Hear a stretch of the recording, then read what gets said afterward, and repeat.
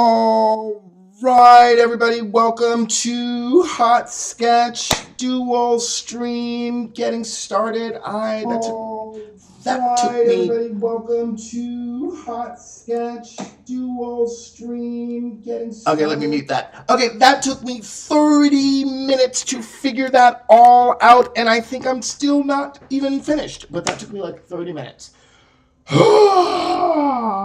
Thank you guys for bearing with me, I guess. You didn't even start yet, but thank you for bearing with me. Hopefully all the volume controls are working, and my buddy V's house is going to join in like 2.5 seconds. I think his thing is already set to starting soon, and then I'll go ahead and add him in the link. Here's his little logo thing. I think I can drop that out for the moment, but then I have to drop off the bottom too. Look at that, me figuring things out. Thank you guys. All right, so today I am super pumped to start with you guys. I'm gonna do some drawing, gonna do some world building, gonna do some geek talk with my best friend. Got some big ideas in store for you guys. My note I think I should take for myself just to be just a little bit more casual, a little bit more authentic, a little bit slower.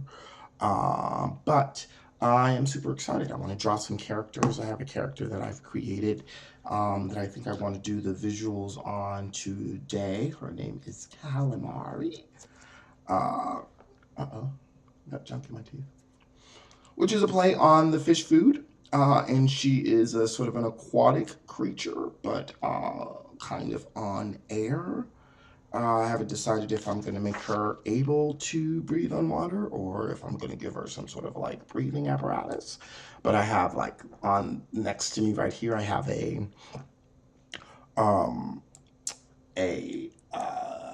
little picture of Arthur Adams' version of the sea hag from Little Mermaid, Ursula, that he kicked ass on. One of my favorite drawings of his actually is his Ursula.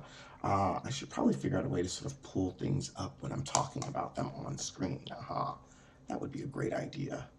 But I haven't figured that out yet, but I will.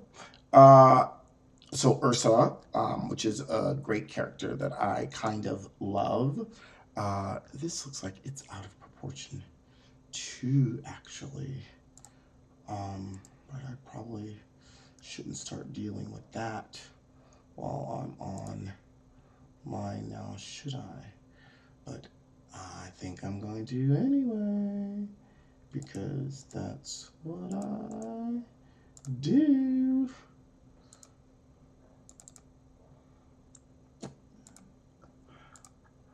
Do that.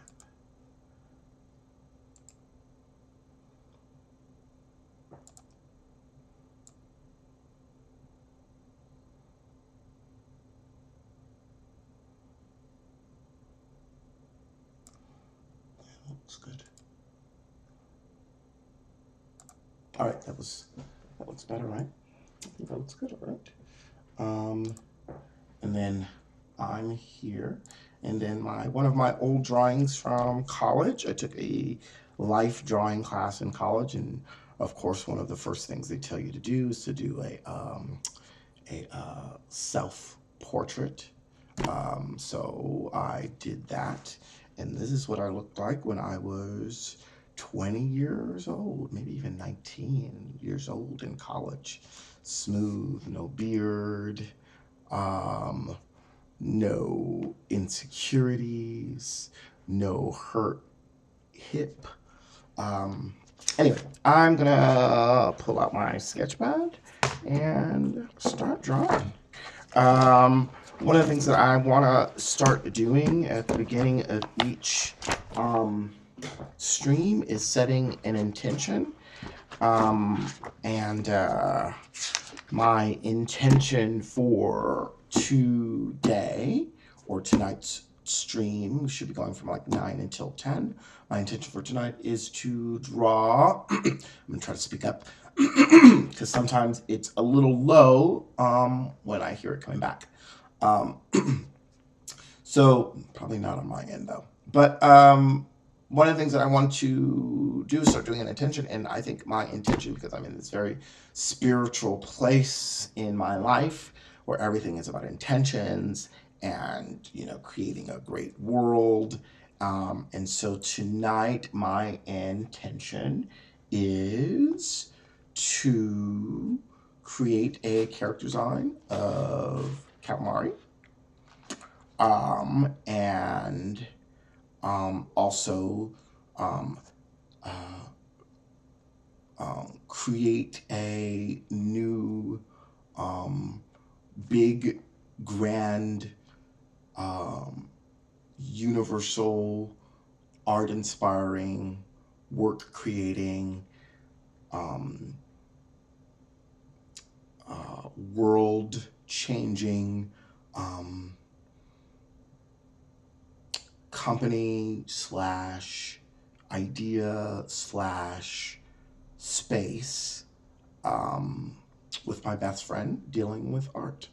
So we're gonna think about that tonight while we're chit-chatting and bounce off ideas and see if we can create something really amazing. So those are my two intentions. Change the world, no biggie, and create a character design for a character called Khalimari with inspirations. Uh-oh, here's my call from V's house. I think he's going to join me soon. I'm old, bear with me, because I'm trying to figure this out. What's up, yo? I am live. I think you can hear me. Yeah, I should be able to hear you. When does it hurt?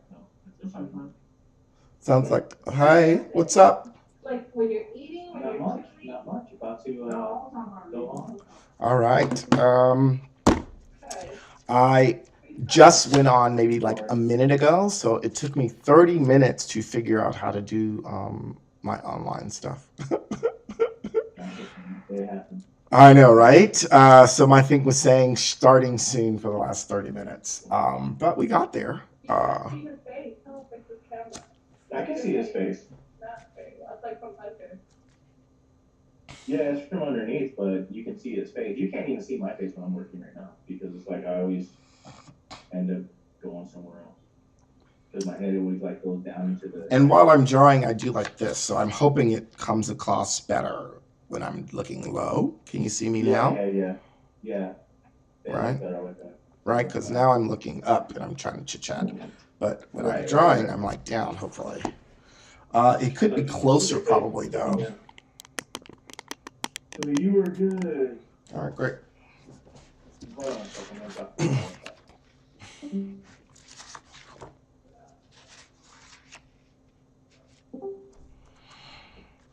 These are some sketches that I was doing the other day, trying to put some work into my style, or put some practice into my style, doing a little blonde, right? I was trying to do a Legion that I think I'm going to do on another stream, but not tonight. Yeah, I'm part of this group on Facebook that's like a Legion fan show, like we like the show. Yeah, and so we sit up and talk about it and do theories because it's very like trippy, mindy. It's very cerebral, and so in the group we pretty much like talk about ideas, what we think is happening, what we think is not happening. We think it's come, and it's full of a bunch of geeks. And I was like, ooh, somebody posted a picture of they did one of the characters, and I was like, oh, I can draw. Maybe I should post something of the characters. Yeah. So I'm gonna do a lesion, and this looks like scribbles, but it's not actually. It's me bodybuilding the character. How are you doing? I'm good. Yeah. I'm just a little annoyed, you know, with What do that you- whole. Oh, wow. Yeah, for sure. I get that. Yeah. I don't have any video for you, you know. That's fine. It's fine. We're just doing sound. Okay. Yeah, I'm just doing sound because my other camera's not kicking in right now. All I right. have to start the Discord first, then start the In other that one case, on my I side. Whatever. But for some reason, the main camera dropped out, so I'm gonna have to restart it anyway. Okay. So I have to jump off being live. Oh, okay. It's show. Okay. Here we I go. think you just went to commercial. I think. Oops. So I have to doing- use See if I can pop this out. How do you do that? Can I pop that out, please? There we go. All good. Yeah.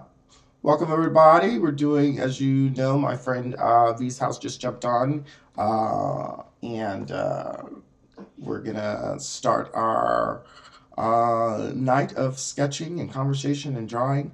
And by now you remember we talked about doing a thing on intention? So I just did my intention for tonight. So my intention is, hold on, let me move my camera. My intention is to smash your face in. Yeah. I don't know what that means. I don't know what that means. They can't see that. They only see this.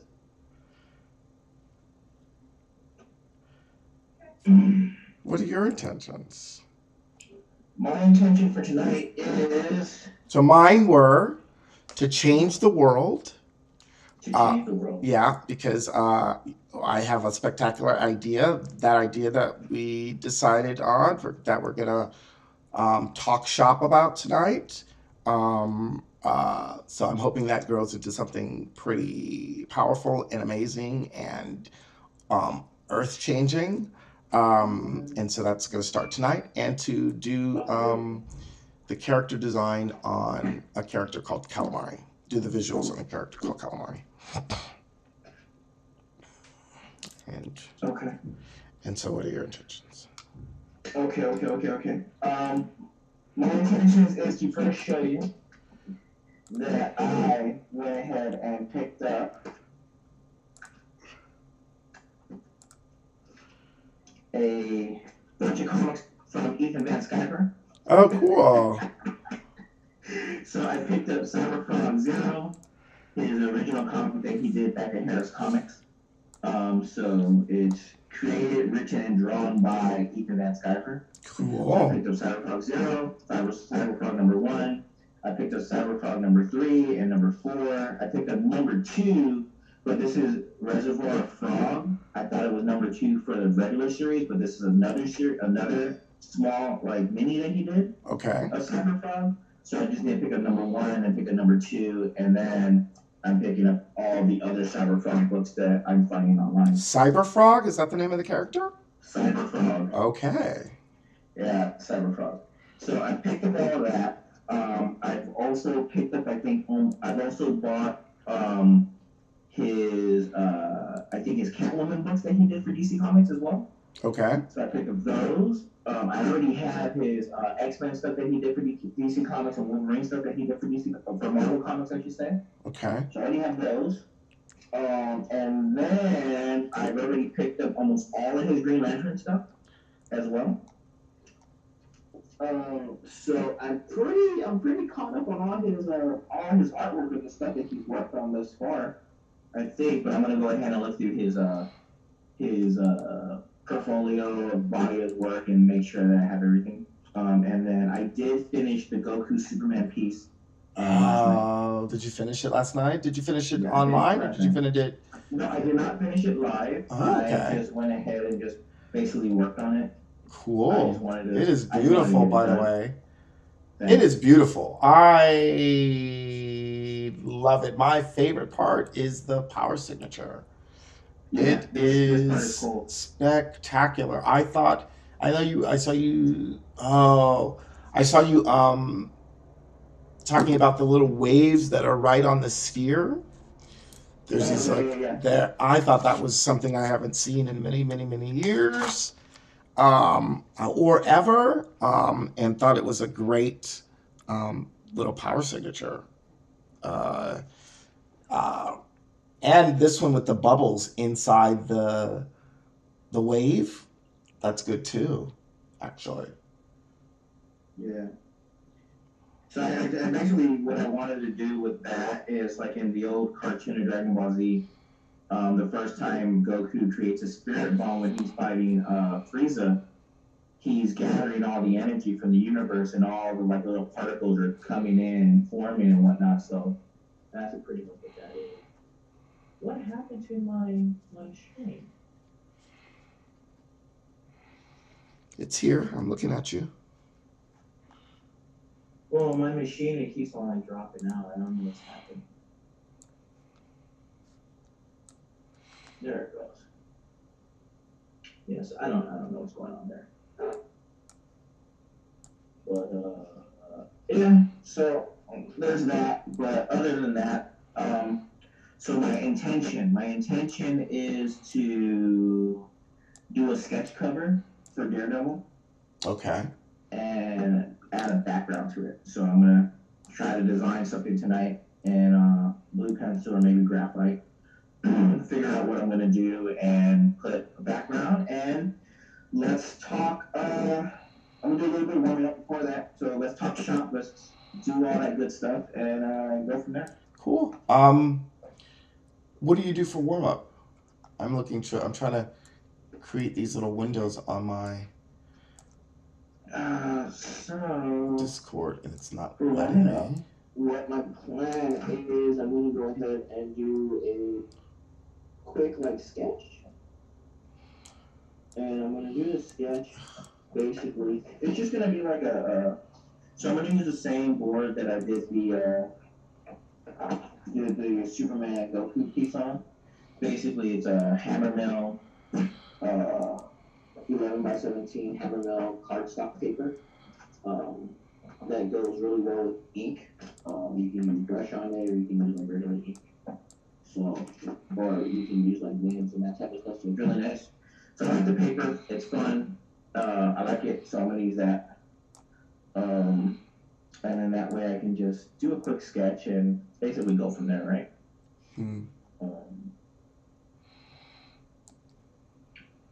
So what is this grand design? What is this thing that you want to do? Okay, so the grand design, which I think is amazing and amazing and amazing and amazing, is mostly just an intention, right? It's just for us to sort of go back to the sort of way that we thought as kids. It's something that we always sort of talk about. It's sort of the idea that, like, as you get older, a little bit of your magic sort of falls away, right? And so I'm hoping to sort of reclaim that, like sort of like pretend like, I don't know if it's true or not, but sort of like pretend like it hasn't gone and sort of move through the world as if it is. And in the 90s, when a bunch of kids had that same energy, they were like, we don't need Marvel, we don't need DC, we don't need any large publishing house behind us, we can start our own. And they did, and technically it failed, but it sort of changed the world too. I remember how excited we were. Me personally, I'll speak for I remember how excited I was that they were like creating something new, even though I loved Marvel, I loved all those characters. I thought that a lot of times people think of it as sort of like, respecting characters or the legacy, or like, that it's going to be disrespectful or whatever, or that you can't love more than one thing. So I loved Marvel still, but was so excited to have like new characters created by people I loved. Yes, I'm referring to Image and Top Call. Hey, Creative Arte, how you doing? Um, and yeah, I'm talking about sort of Image Comics. They all left and they created all these brand new characters, and we didn't know who they were. They didn't have any they weren't proven. We didn't even know if they were good writers. Like if you think about that, like I was like we didn't know, but I ate it up. I was so excited for that, and I feel like we forget that like new stuff. You're so much better at drawing while you talk. I am. I really like can barely do both of them. Um, Usually practice. it's practice, huh? You know, I've been trying to do that through the week, sort of like draw while I watch TV, and it's just very difficult. I'm like, I want to give all my attention to both of them. I'm sort of like that when I'm reading too. I don't never ever told you, but I can't walk and text at the same time. Like I literally stop in the middle of the street to text. It was an awesome time. Thank you, Creative Arte. So who is talking? That's your godson. Oh, hi. Hi, Tristan. Um, hey. Um, so that time was. I'm sort of distracted.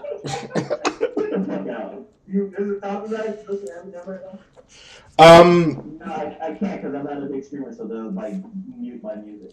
Yeah, don't do it. Okay, thank you.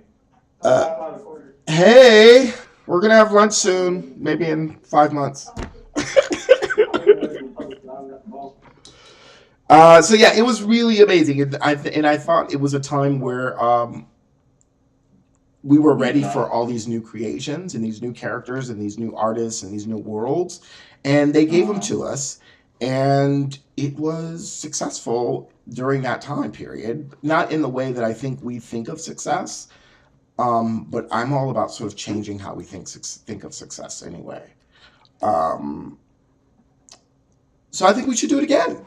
Like, just fuck it. Like, do it. Like, we should stop sort of like placating to these sort of like powerhouses in these industries and these worlds and create our own stuff and like do it and like sort of find other artists who are spectacular, who we respect, who we want to buy, and invite them to play with us.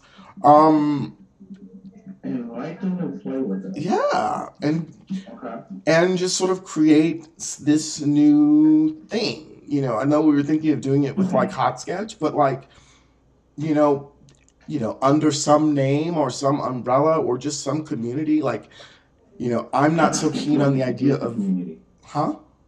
Hotsketch is the community. Hotsketch could definitely be the That's hot. the reason for doing all that, right? So I think we the should. whole point. Yeah, go, keep going. So the whole point of it is to go ahead and, right now build the awareness of Hotsketch. Right. Right? Build the awareness of Hotsketch. Basically put out that mission statement like you just stated, right? And you just put out there. Yeah. And that's when we go ahead and we invite like-minded people to join our movement, right? Yeah. Yes. And yeah, that's the whole point of Hopsketch. That's the whole point of doing it. Like, that's why originally it was going to be like, you would create you have the Hopsketch Twitch, but you would create a Twitch with using another name. Right. And then once we got the movement going, the movement would be Hotsketch, and that would be the community where all different streamers or whoever it is that's part of the community can stream on, and we can create like show times and everything else. Yes. I say yes to all of it. I was talking to another guy who streams like his name is Silicone Bleach. I talked to him today before I was going online. I think I host him regularly, but I had never sort of chatted with him. And, you told me to sort of start reaching out and start talking to people. And so I did that with him today. And first thing he said to me was like, great name. And I was like, thanks. And turns out he lives here in LA. Isn't that coincidental? Turns out he's thinking of like doing some sort of art gig together where people sort of get together and draw together. Isn't that coincidental?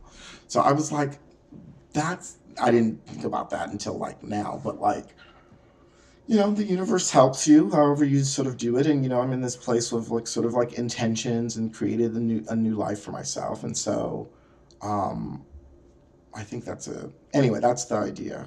What do you think? It's good, right? No, I think that's perfectly fine. That's Is a it good way to juvenile? look Do you at feel it. like it's a little juvenile? Huh? Do you feel like it's a little juvenile? There's nothing juvenile about it. It's like, um, you have to look at it in a sense like this.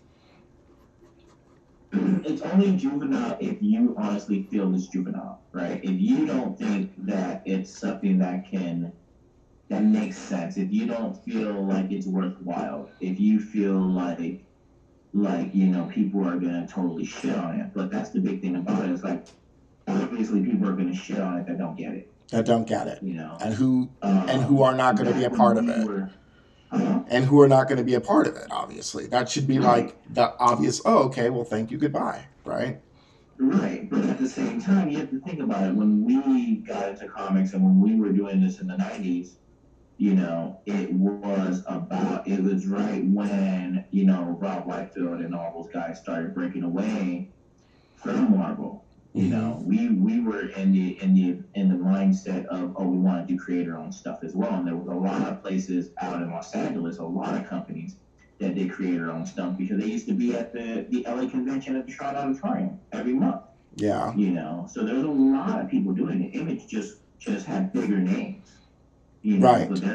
there was people doing it, way before the Image Boys were doing it. You have Brian Pulido, you have Black Velvet, Black Velvet that did it. You have Harris Comics, you have Malibu, you have Valiant. You have all these different companies that was doing it. It's just the guys from Image had the names, they had the fan base, they had the following. Right. And You know, I'm not so concerned with being successful. I think if we, like what is that movie? If you build it, they will come. Like I think if we do something that gives us joy and that gives us pleasure and creates a venue for other people to do good work and exciting stuff, I think that's what's important to me.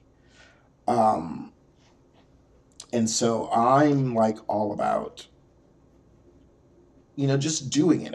It doesn't need to be like as big as Image, but I think, okay, so just to let everybody who's watching know, I had this idea for hot sketch called this thing called Hot Sketch 20 years ago. 20 years ago. And it was for artists to draw sketches for people to buy. Like on the spot, you could ask anybody for anything, and we as a company would draw it for you. Cut to 20 years later, Jim Lee online drawing things by request for people for thousands of dollars.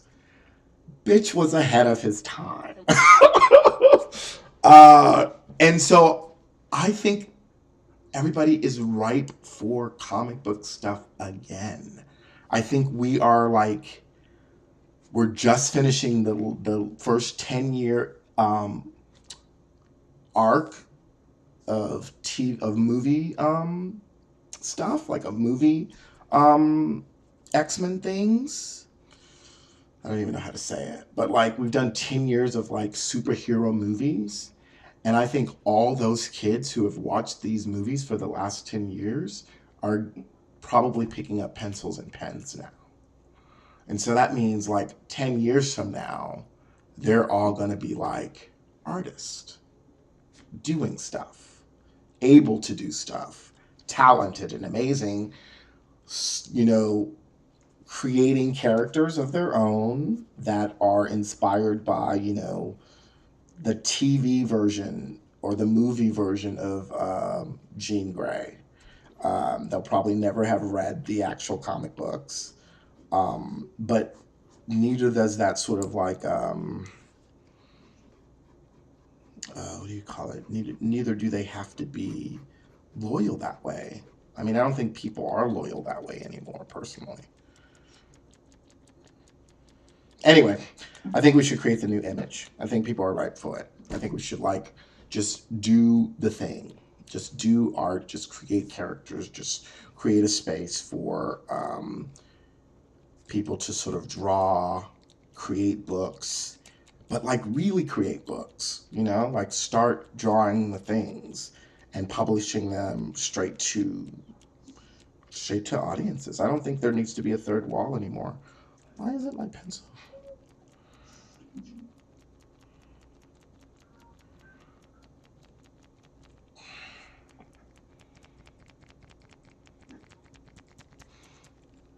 You there? I am. You're quiet. Are you not? I'm done. I'm done babbling. I'm done babbling. I feel like I'm babbling. I feel like I'm like on some like tirade, preaching. Like I'm like in the fervor. Thank you, Creative Arte. I think it's a thank you for. Would you? What do you think about that, Creative Arte? You think like the world is ready for like creator-owned stuff, like going straight to the just creating this community of like artists who are ready to fucking, kick ass and take names with their own stuff. They say it sounds like a good idea. I'm gonna trust that. Okay. Yeah. What do you think? I don't disagree. Yeah, right. So it came. Yeah, go.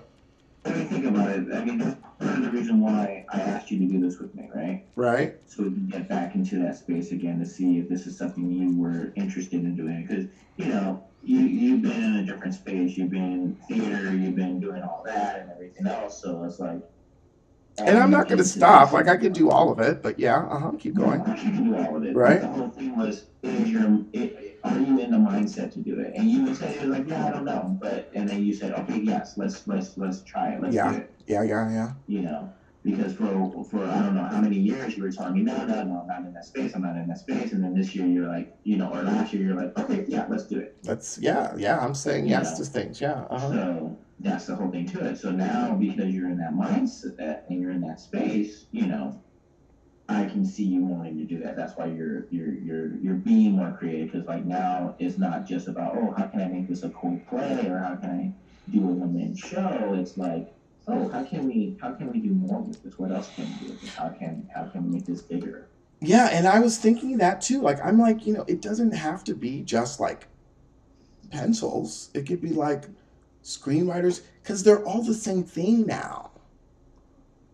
Everything is like, if you make a good comic book, it's going to be a TV show.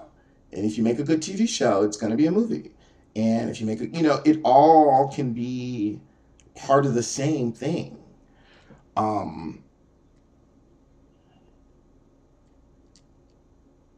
Yeah.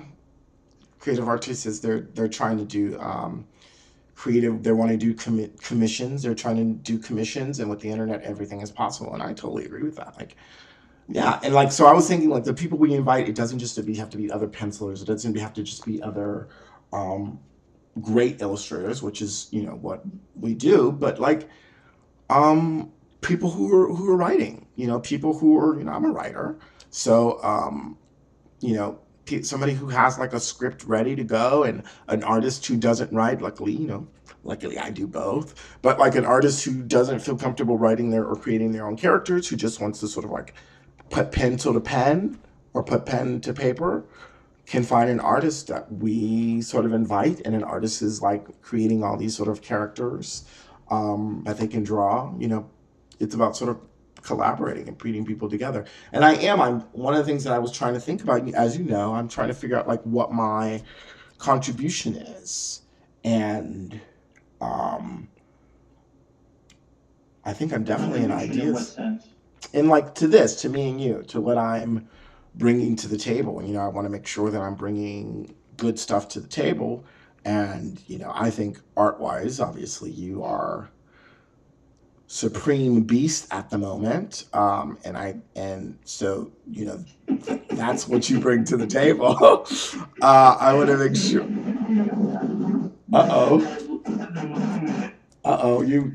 You went fuzzy. Say again. Fuzzy? Yeah, you just blurry, or your sound. Say that again. My sound's been acting funny. Yeah. So Let me do something real quick. Yeah. So what did you say? Hold on, I want to check. I want to check something. I want to see. Yeah, so kind of so supplying a creative service. I myself wanting to do commission illustrators, so supplying a creative service. What do you mean by that, creative Arte? What do you mean supplying a creative service? You or us or the idea? What do you mean?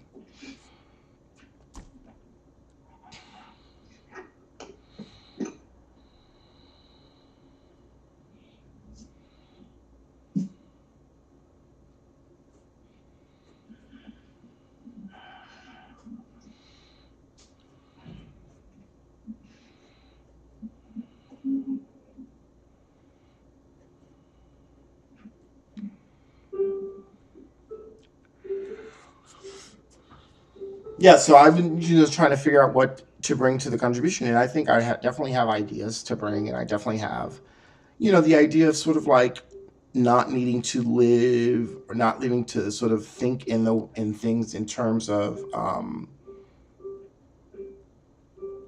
reality, right? I think one of my What do you gifts, mean? I think one of my gifts is that I don't think things have to work the way everybody else says they have to work. And so if I So bring you it, think in the contrary? or I think in the more sort of like magical, to be honest.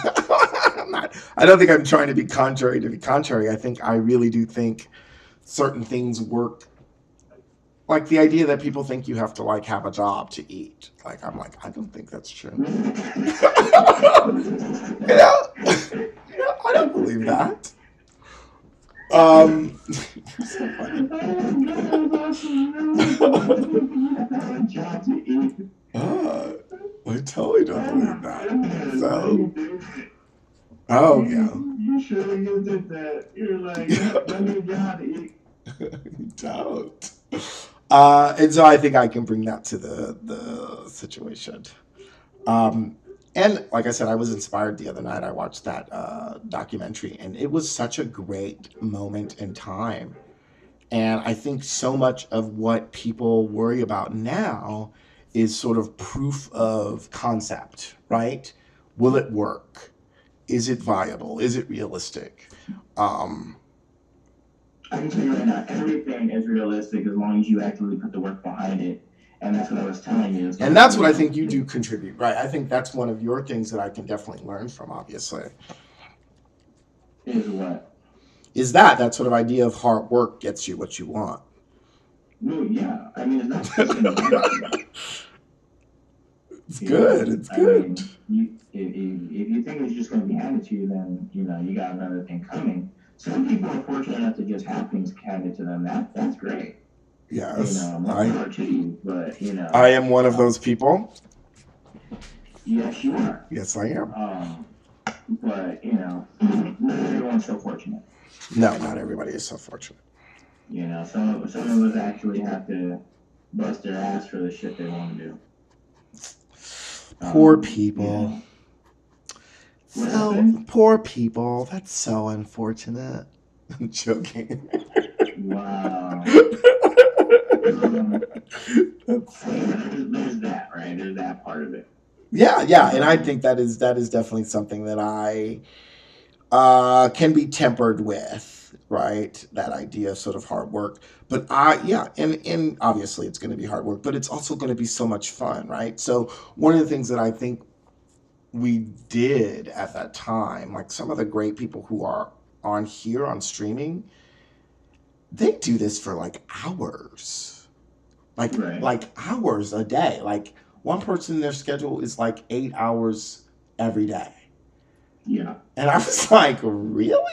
Like, Yeah. but it's also, I remember taking a whole day to draw because it was just, or every free moment I had was to like create this idea that I wanted to sort of like bring into fruition, right? And so what I'm saying, it's hard work, but it's also sort of like hoping to sort of add some more of that sort of like childlike wonder and fun into it too. So it's just like also like a bunch of fucking weirdo artists getting together and drawing, and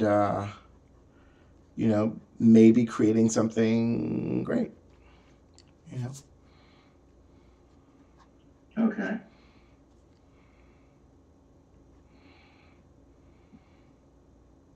I don't like that, but What are you drawing? I hear exactly what you're saying. What are you drawing?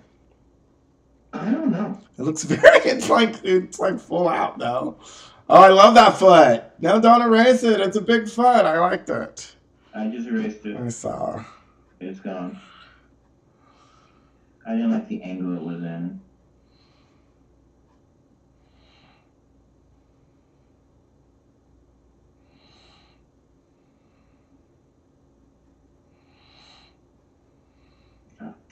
I don't like the foot. I'm not gonna put the foot in it. We're taking it out. Black it out. So. I agree with you. That's great. Yeah.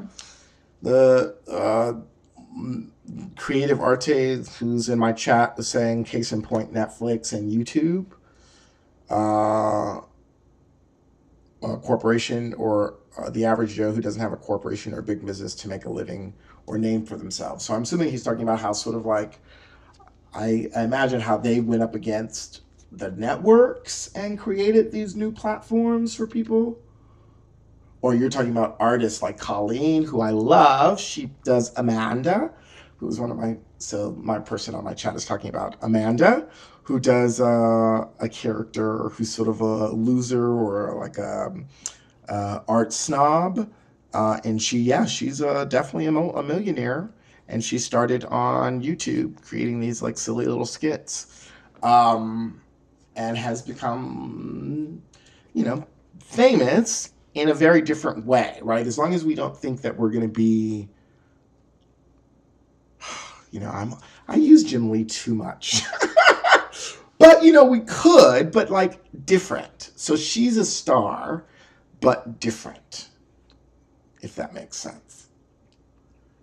I don't know who you're talking about. Right. So you don't know who she is, but she's like an internet star who also had a show on Netflix for 2 seasons, who has also been, was on, what's his name's, Comedians in Cars, Drinking Coffee, as he did it as like a welcome to, she's a comedian, but that got started on YouTube, yes. Okay, so kind of like what's his face? Who's that guy that who's the redhead? Colin O'Brien or whatever. Conan O'Brien? No. Yeah. Conan O'Brien is very traditional, but yes. Did he get his start on YouTube? No, he didn't. Yes, he did. No, he didn't. Conan O'Brien was the funky hair, the one with the big hair. I don't know who you're talking about, but if I know Conan O'Brien, and Conan O'Brien was a writer for Saturday Night Live. Who's the guy with the big old hair that has like I think he's on the Tonight Show or something like that now? Sweetie. Conan O'Brien.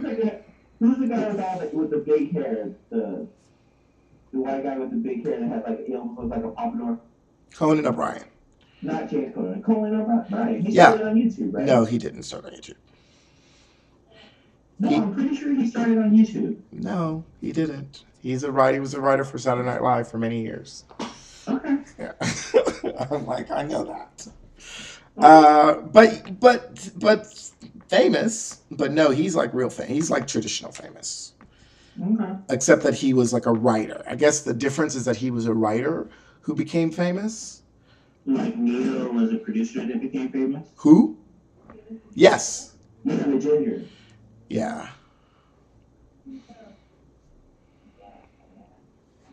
No, yeah, that's fine. No, I don't care. It was good, I'm good. It's okay. Yeah. Yeah, Corey just said that. It's fine. I don't need to be right. Right? We don't need to be all right all the time. It's all right.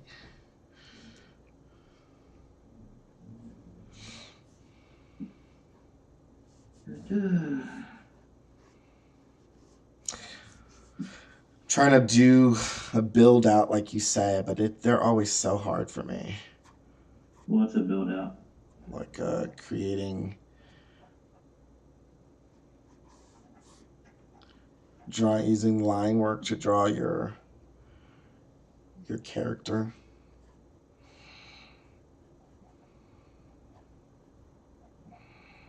I mean, sometimes you don't even have to do the line work to put in the character. You know, like I'm not really doing like actual line work for this stuff. I'm just kind of building in the shapes, building in the gesture to get the idea of what I want. And then as I build it, I'll just erase, then come back afterwards.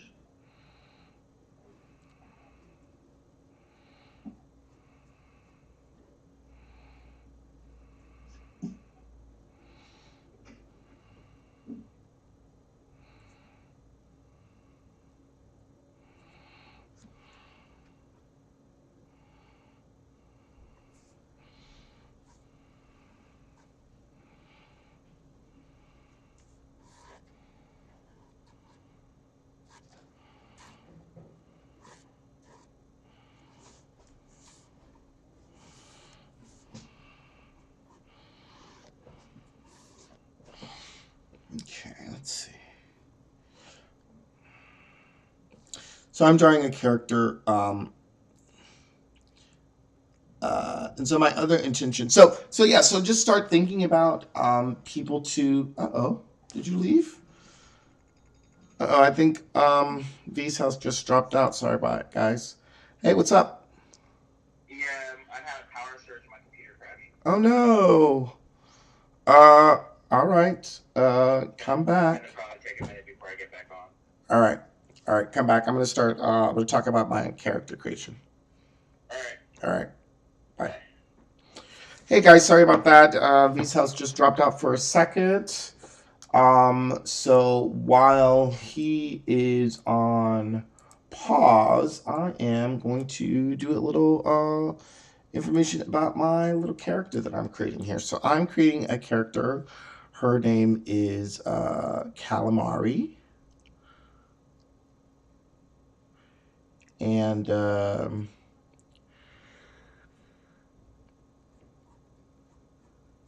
Khalimari is how do I do this?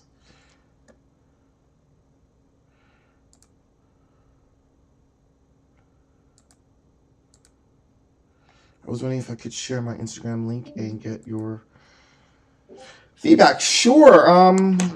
Yeah, sure, Creative Arte. Drop your Instagram feed. I'll drop mine in too. That way we can sort of become Instagram friends. Instagram dot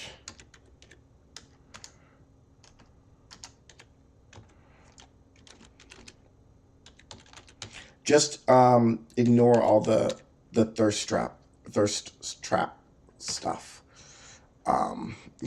So we gotta sometimes show a little skin to keep the numbers up. So forgive me.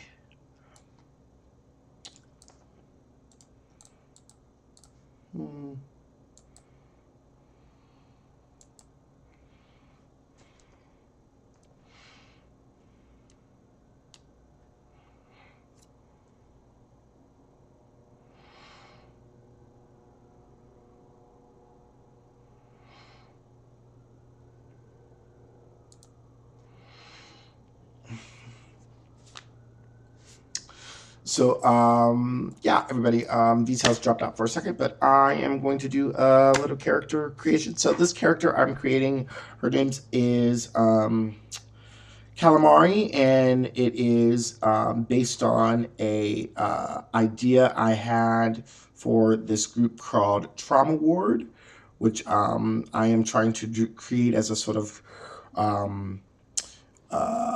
group or communal team creation for people here on Twitch, where everybody can sort of see what we're creating and give feedback and sort of like not be afraid of things being stolen or compromised.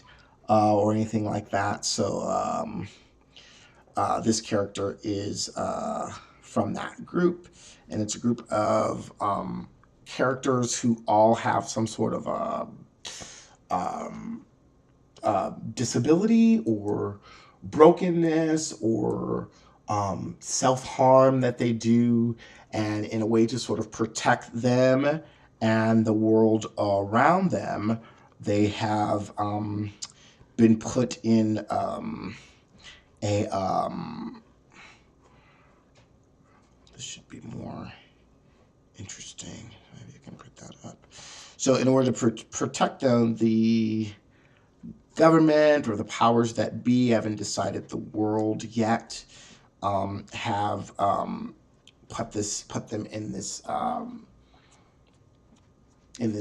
place of sort of like to keep them from harming themselves and the world around them. And this character is sort of aqua based. Basically, she's sort of Medusa, but with squids. So let's see if I can figure that out. But basically, it's she creates these.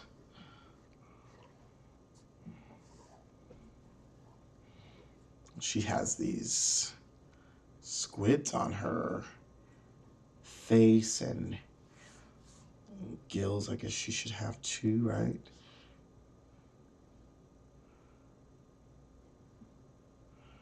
Oh, they could be here. That's good. And so she has these gills. I can put them on the neck. They don't have to be.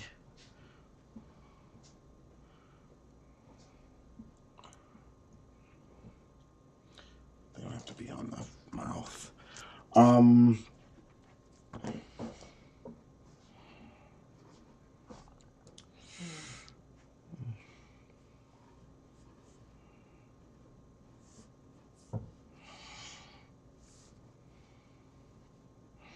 Yeah, so she has these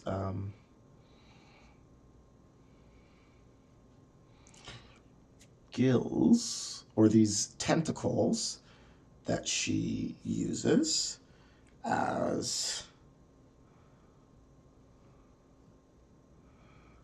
oh, that's interesting. As weapons, you know, like Medusa. The so the her hardship or her flaw is that everybody thinks that she should be like sort of like heartbroken or uh, have low self-esteem because they think that she looks grotesque, but she likes herself, so she actually thinks that she's beautiful, and so she has no need for it.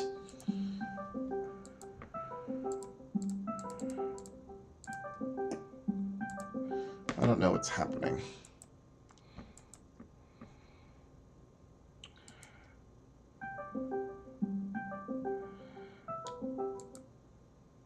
Hey, what's up? You can hear me now? Yeah, I can hear you. Mm-hmm. Oh, looks like I was on a call. I'm so old. I don't know how to use so much of this stuff. So it looks like I was on the call by myself, and so they disconnected me, I guess.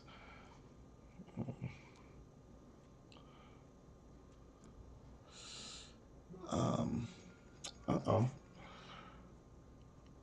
Hello? Hello? Yeah, the computer crashed again. Oh, no. Yep. So if I get back on, I get back on. If I don't, I don't. So my theory, as always, is try it without the third camera. No? That has nothing to do with the third camera. My computer crashes every time OBS comes back on. It's always OBS, huh? Yeah. Ugh. All right. All right. Well, or try to come back. I'm gonna try. All right. All right, later. All right. Oh man, his OBS keeps crashing, and so I guess I'm supposed to leave the call now. All right. And let's take a look at creating Arte 101's Instagram. Let's see how this. Oh, I love your profile picture, by the way. Oh, you have some underground stuff going, some underwater stuff going on too, huh? Yay. Oh, that storm is spectacular. Is that a, did you do that from a reference? That looks great. Good job, mister. How long have you been drawing?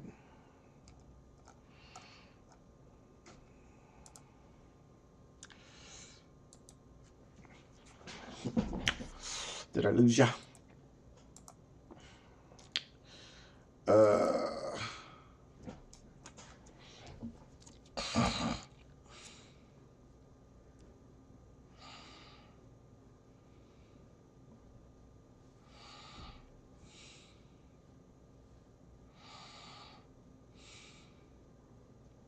See if I can get this hand in. Oh, so I was doing her design. So so everybody thinks that she is grotesque or whatever, but she thinks that she is beautiful. So she doesn't really get why everybody thinks that she's needs to be in the team.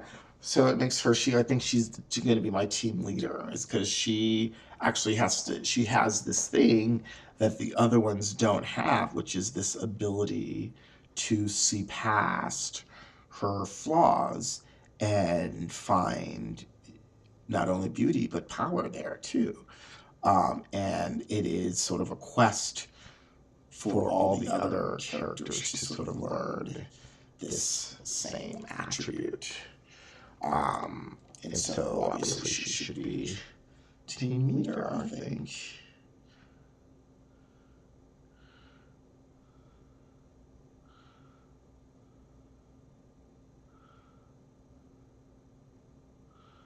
She has this ability already.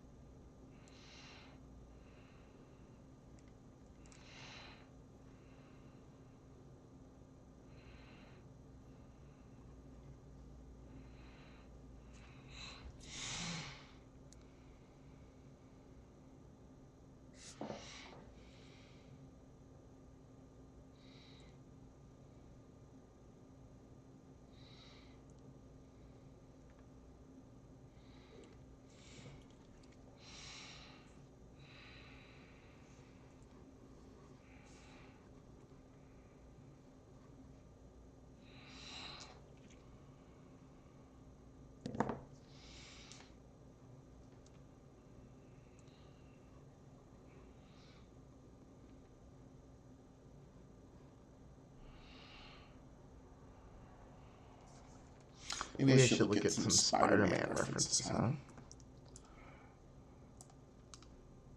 Did you say you've been drawing for 26 years? Creative Arte? Is that what you said? Wow, that's a long commitment to the craft. Good job.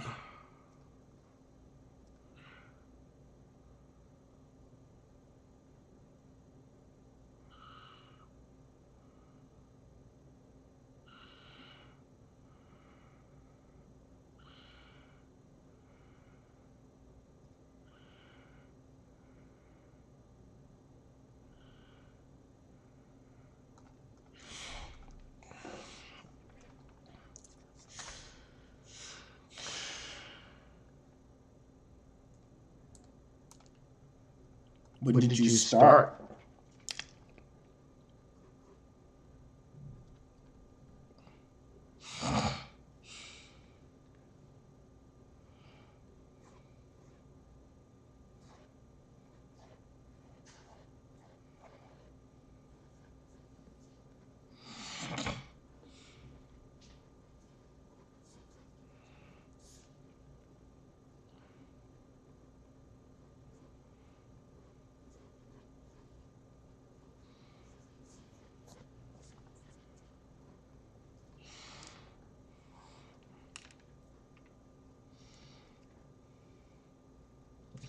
As you can see,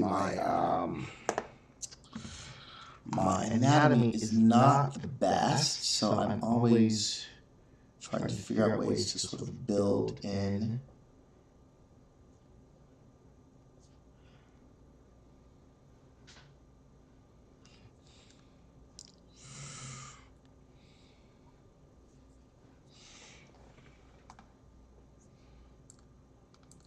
and then also look for some references to octopuses.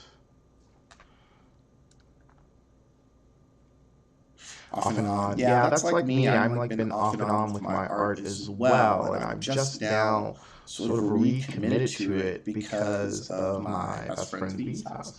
He has sort of asked me to sort of like jump on streams with him, and as you can see, my talents are very rough. But with lessons from him and stuff, I hope to sort of get better and sort of, just start practicing more on my own and just get to a place where I'm comfortable again.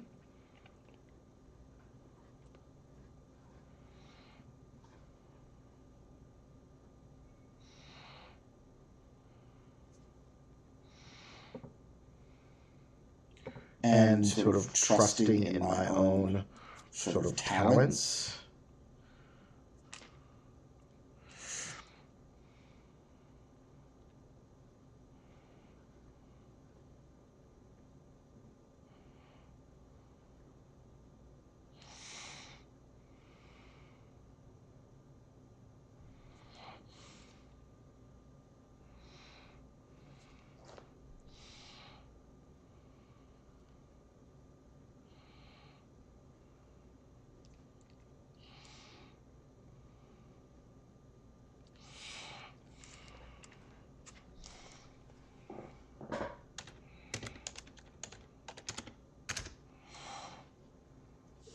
I'm like trying to, sort of just practice and sort of get back to where I'm done. As you can see, my the little video above my head, it shows where I used to be. So these are some of my drawings from maybe like, oh my god, 1995. What is that? 20 years ago? Oh my god, I feel so old. So this is my stuff from like 20 years ago, and obviously I was much better then. But I am working on it and hoping to sort of like evolve my style and get back to a place where I am, where I would consider myself good. I think good is sort of a matter of opinion, obviously, but I would like to get to a place where I, value the stuff that I do a little bit more.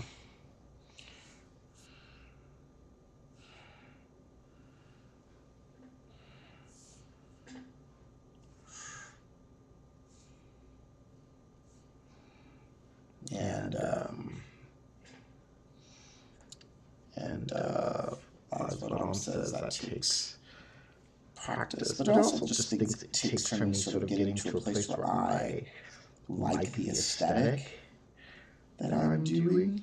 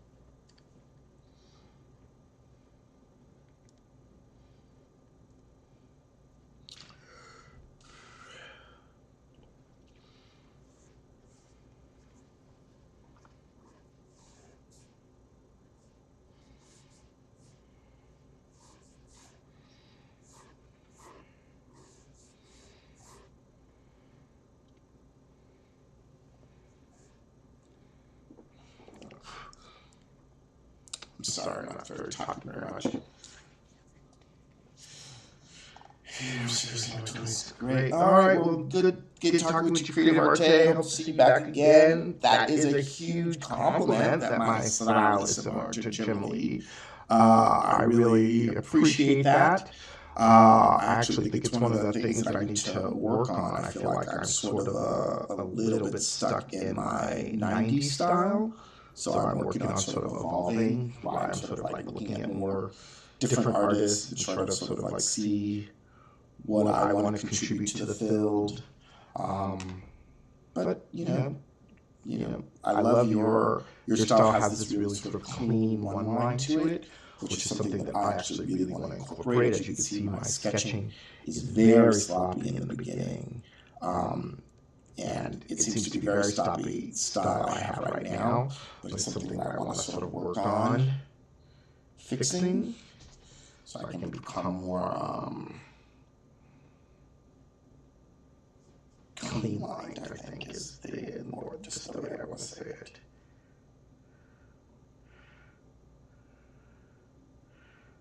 So thank you. Have a great night.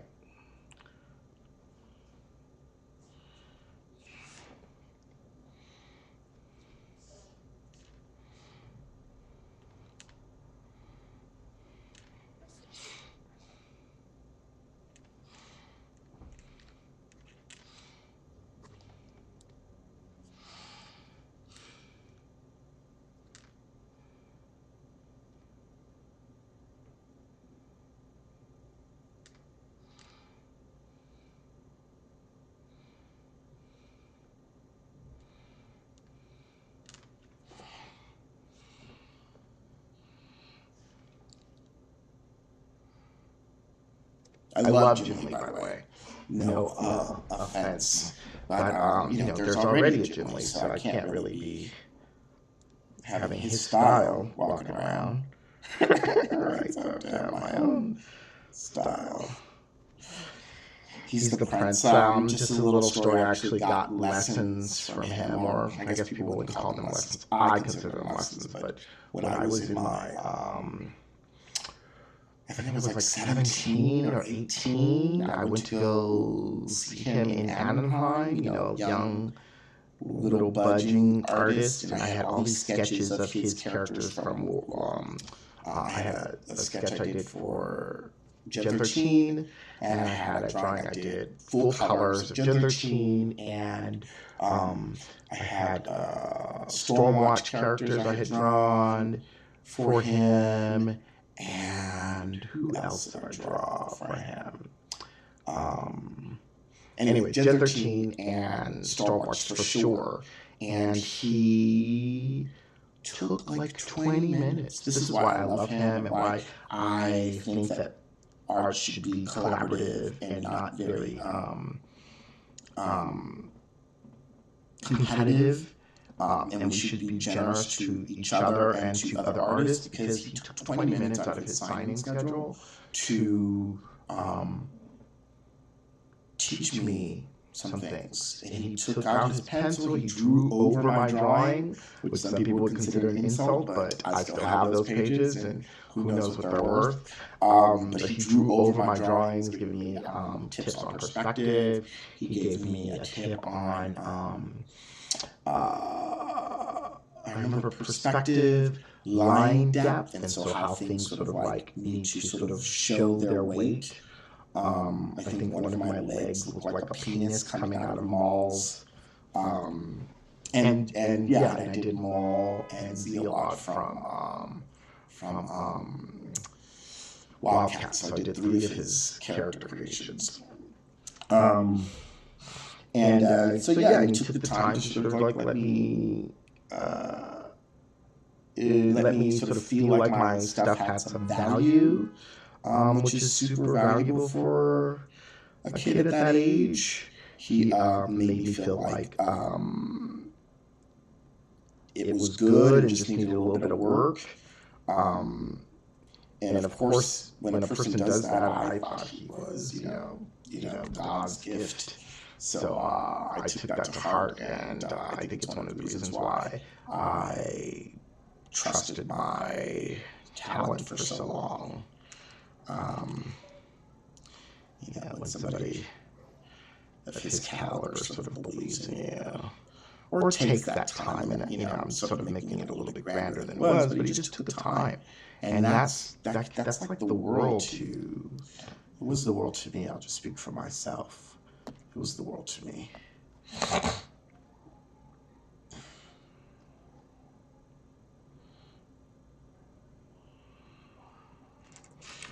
And I'm super grateful for it. So that's maybe one of the reasons why my stuff looks like his style. Or at least it used to. Obviously, I don't think I have anybody's style at the moment. I'm just trying to figure out my skills again, actually.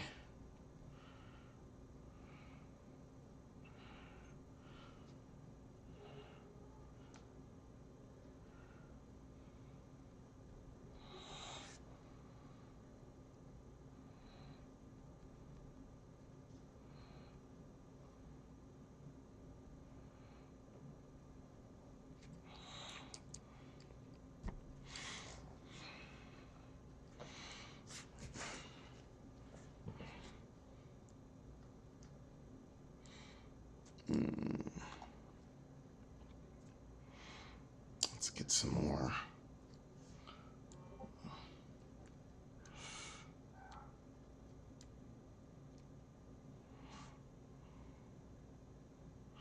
See if I can get some more.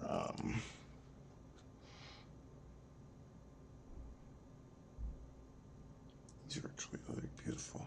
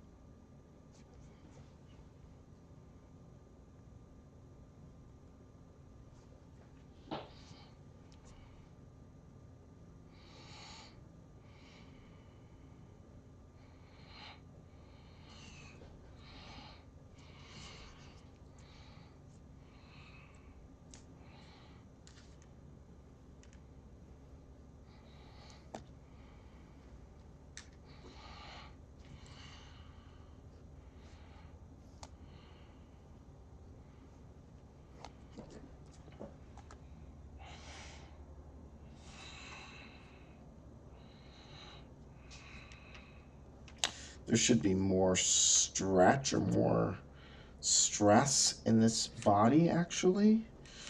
But I'm not sure my skills are up to that challenge, so we're going to have her a little bit relaxed.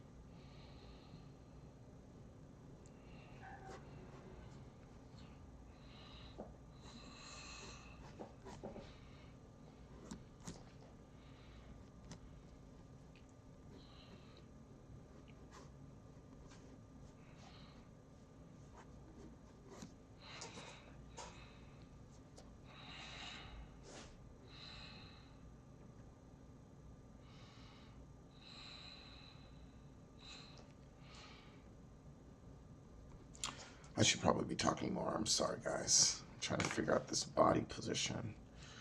Maybe,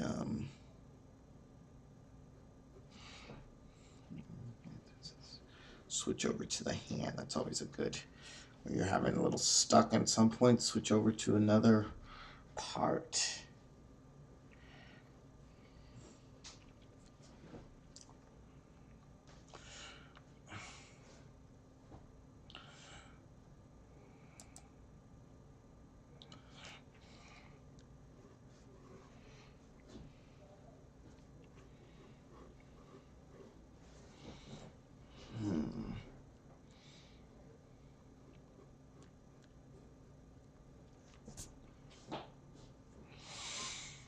Hmm.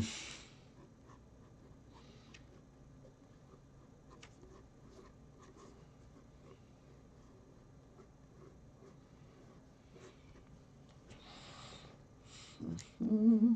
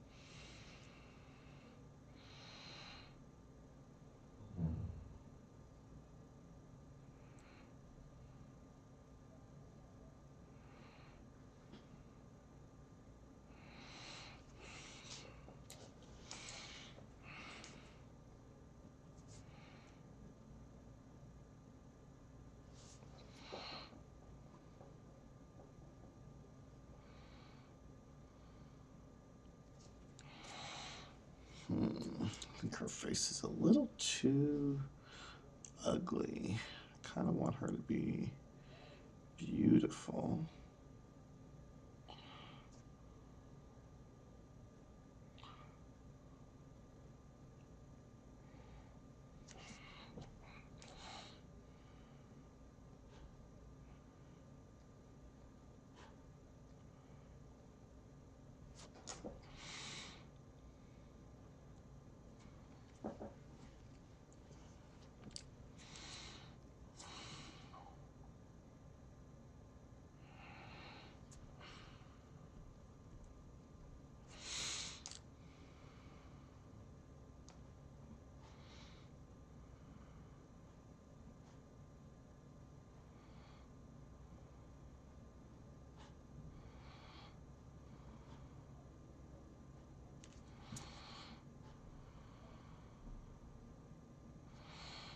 I love the idea of sort of buck teeth for a girl, or like two, like splitting the tooth, like Madonna has. I think that's actually kind of beautiful.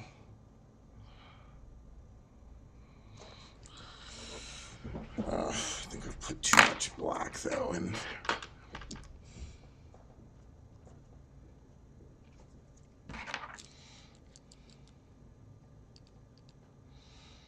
done too much black in the face, which is really weird for me to say as a black person because black is beautiful, but it doesn't always translate on paper. Oh, she should totally have a birth, like a beauty mark.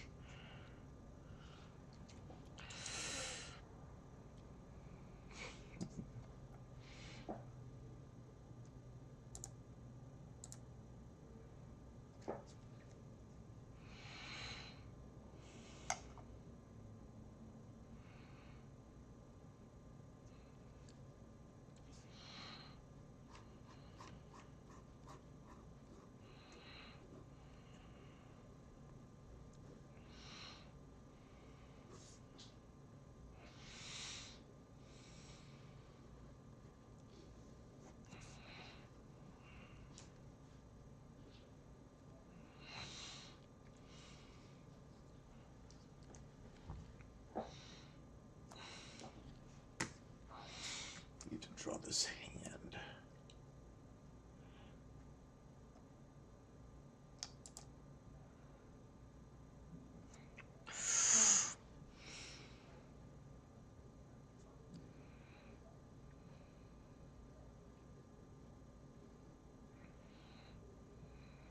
I put the hand out, but I never look at it. That's weird, right?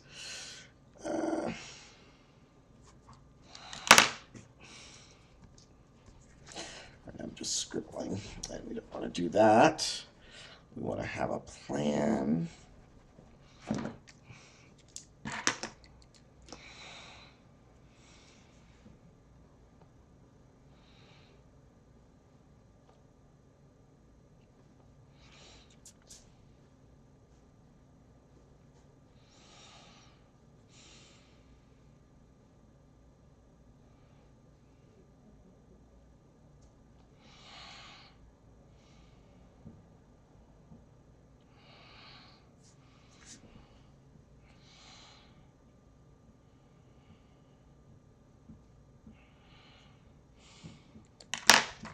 Is that weird?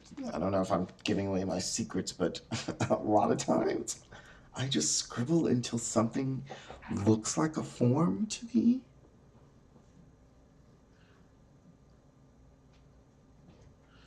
And then like keep it. So right now I'm trying to create something that looks like a form.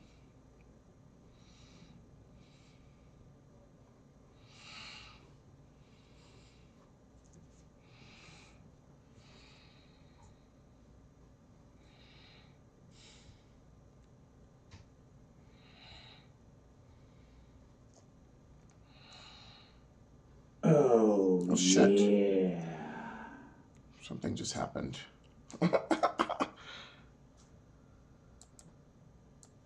Something just happened, but I don't know what.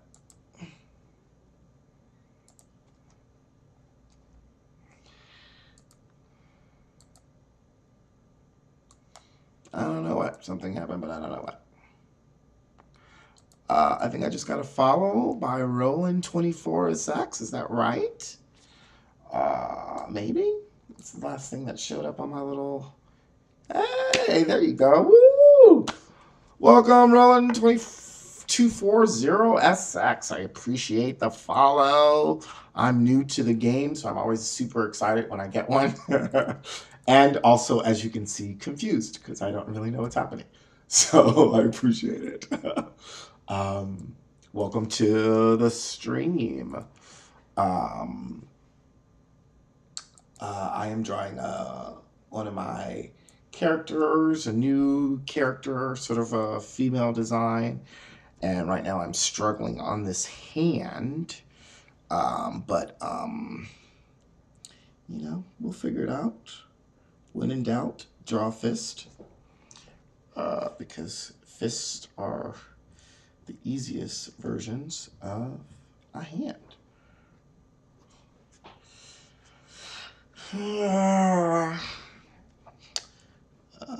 But I'm not very good at those either, so we'll see. We'll figure it out. Something has to appear, right? If you scribble, this is the trick. If you scribble long enough, the mind needs to create order. And so at some point, your mind will create order. And you will get the thing you're trying to create. Because that's what I think.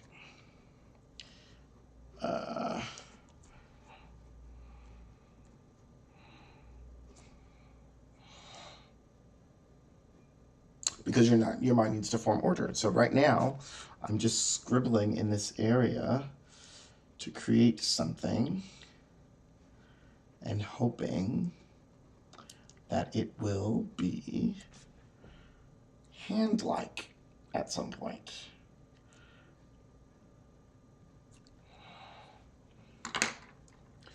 But I probably could also just look for some sort of source of a hand and just copy it. Which is, you know, what all the big boys do. But I'm trying to, you know, not cheat. But I guess it's not really cheat. Oh, thank you very much, Roland. I really appreciate that, Roland. 240SX. Have a great night. Thanks for the follow. And yeah, come back. I'm here every Thursday night at between like 9 and 10 o'clock. I'm not very punctual, so somewhere around 9. And usually I'm doing a dual stream with my buddy's V's house. His computer crashed, so I'm going solo tonight. Hopefully he'll jump back on. But yeah, I'm here every Thursday, and I'm trying to get these skills to a good place. And so practice and building community here on Twitch. Come back. Hope to see you soon.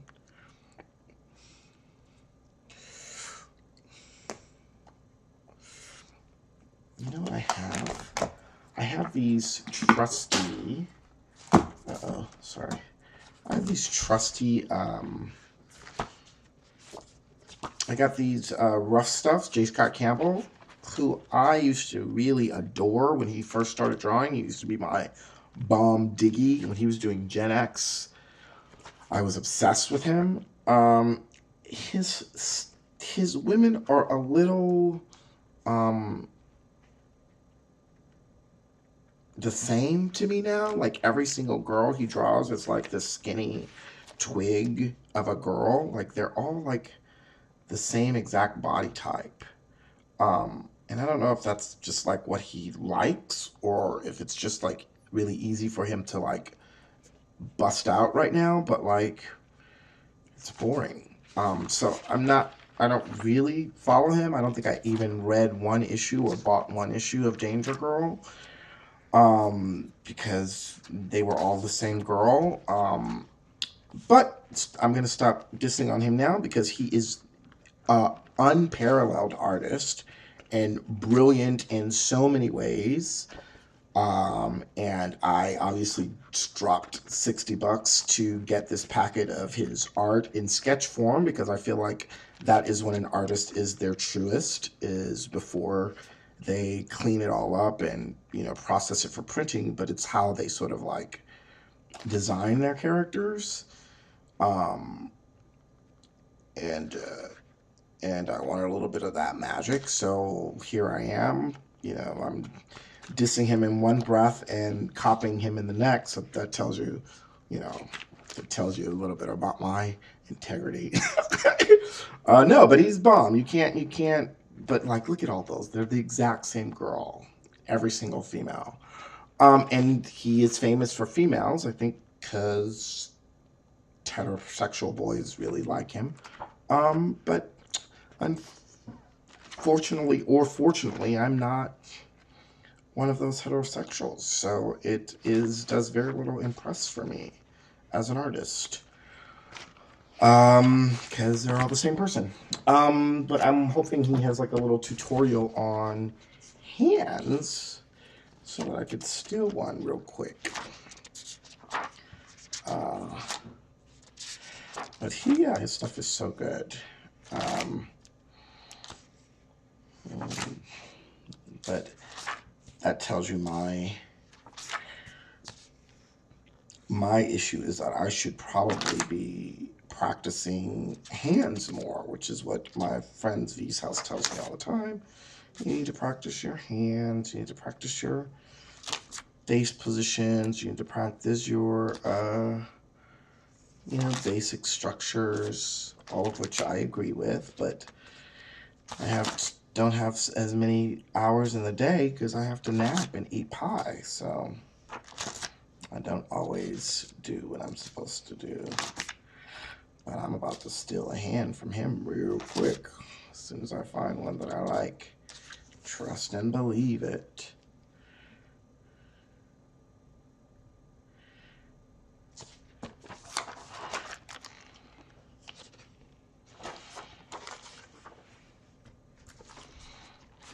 I'm sure there's something in here somewhere.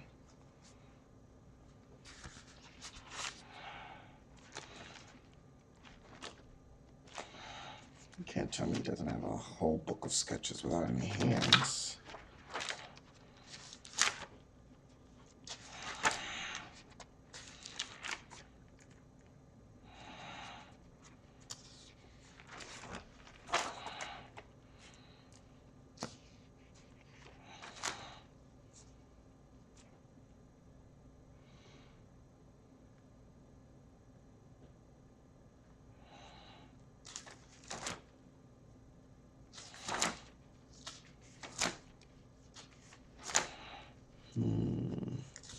Maybe not.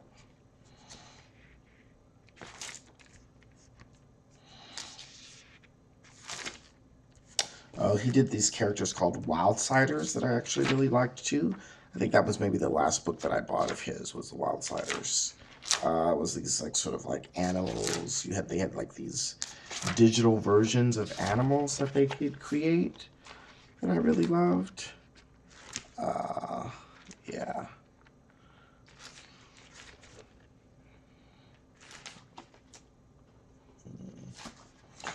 Oh, well, I don't know what's happening. This is not coming across like I would like it to.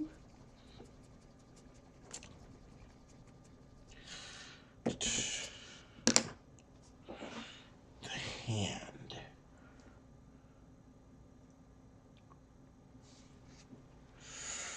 Like. Where's my pencil? Here's my pencil. Let's see if I can get this hand. What do I want to do with it? Here, here. Here, here.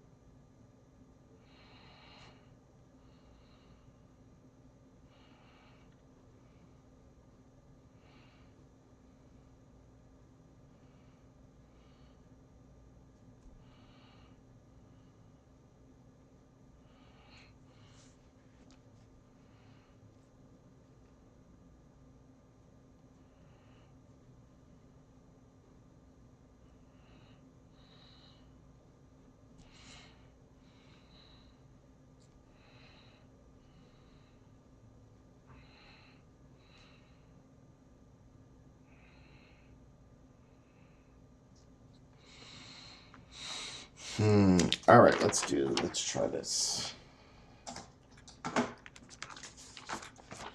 I am going to try to do some hand sketches.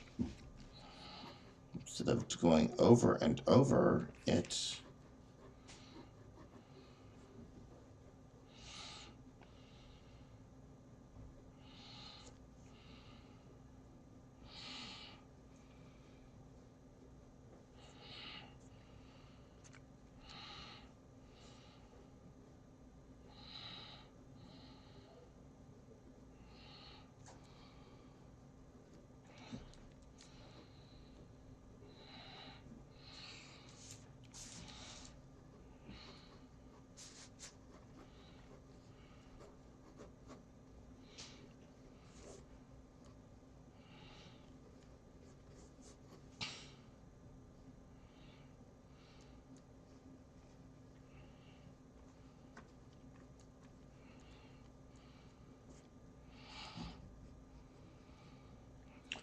right, that's getting closer.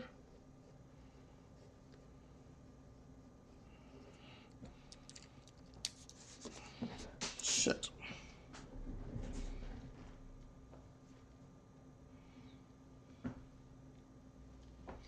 My pencil just fell apart.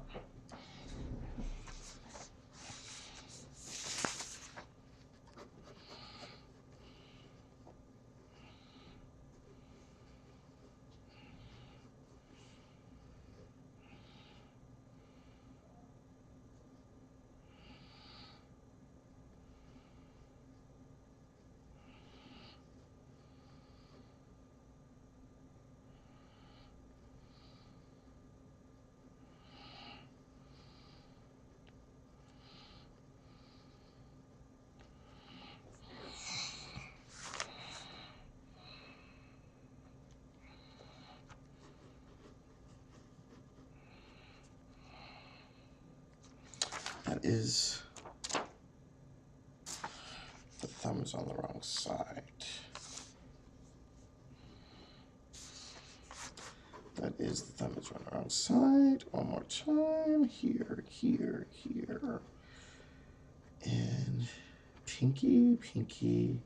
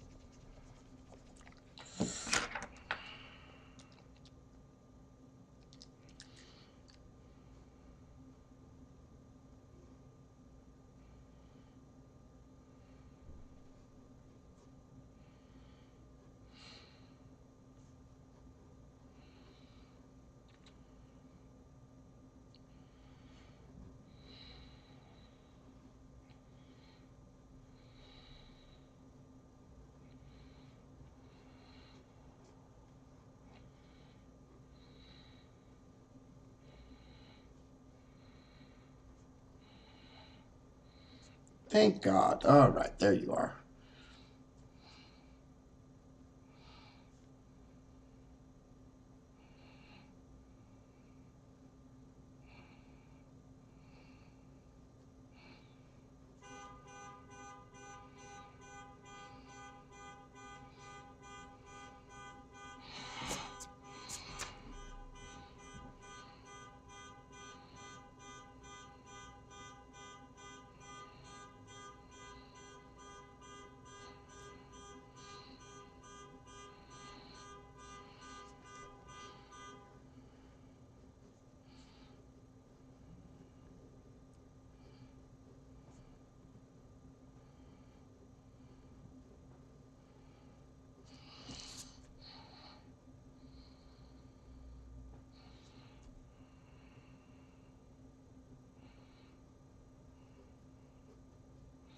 Told you if you scribble long enough, things will appear. And that is appeared. I think this is a hand, sort of.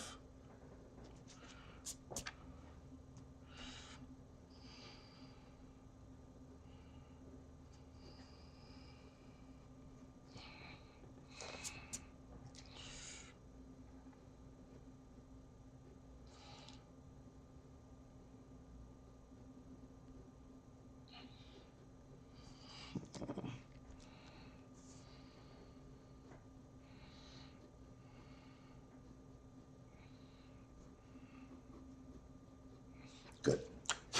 All right.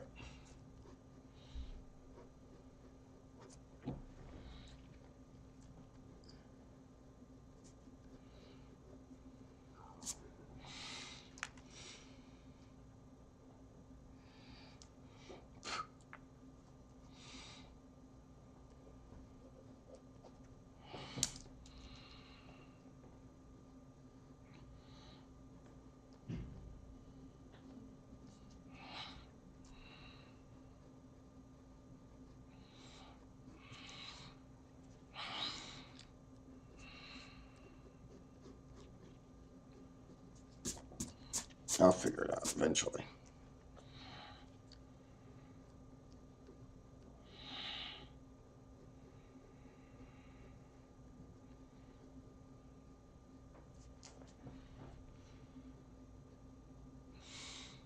I'm going to just draw a big old glove over here.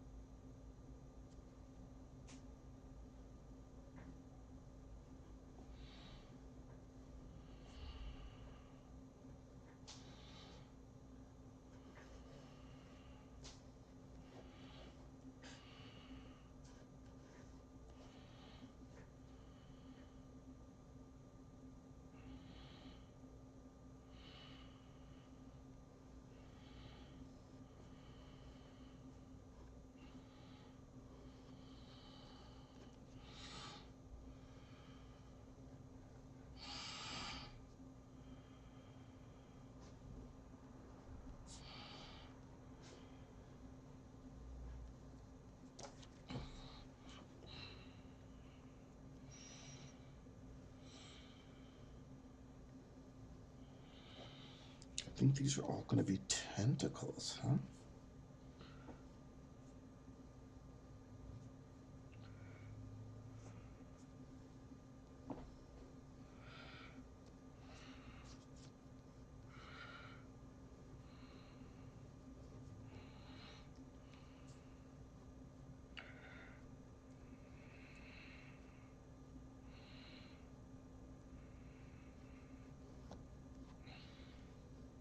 These are all going to be tentacles, I think.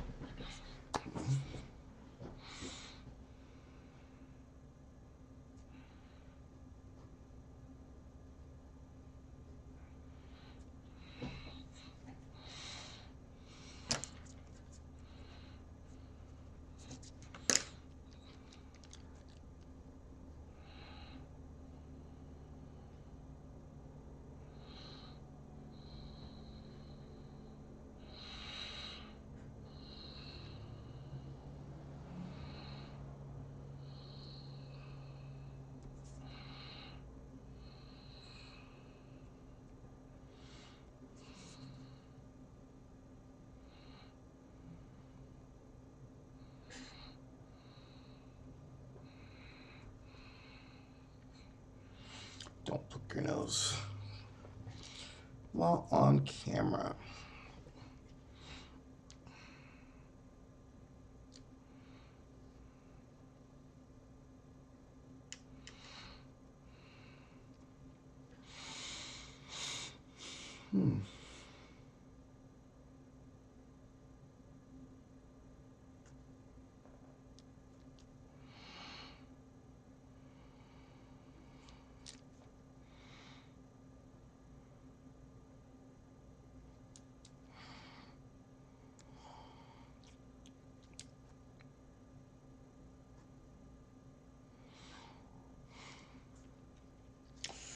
Need to draw the face.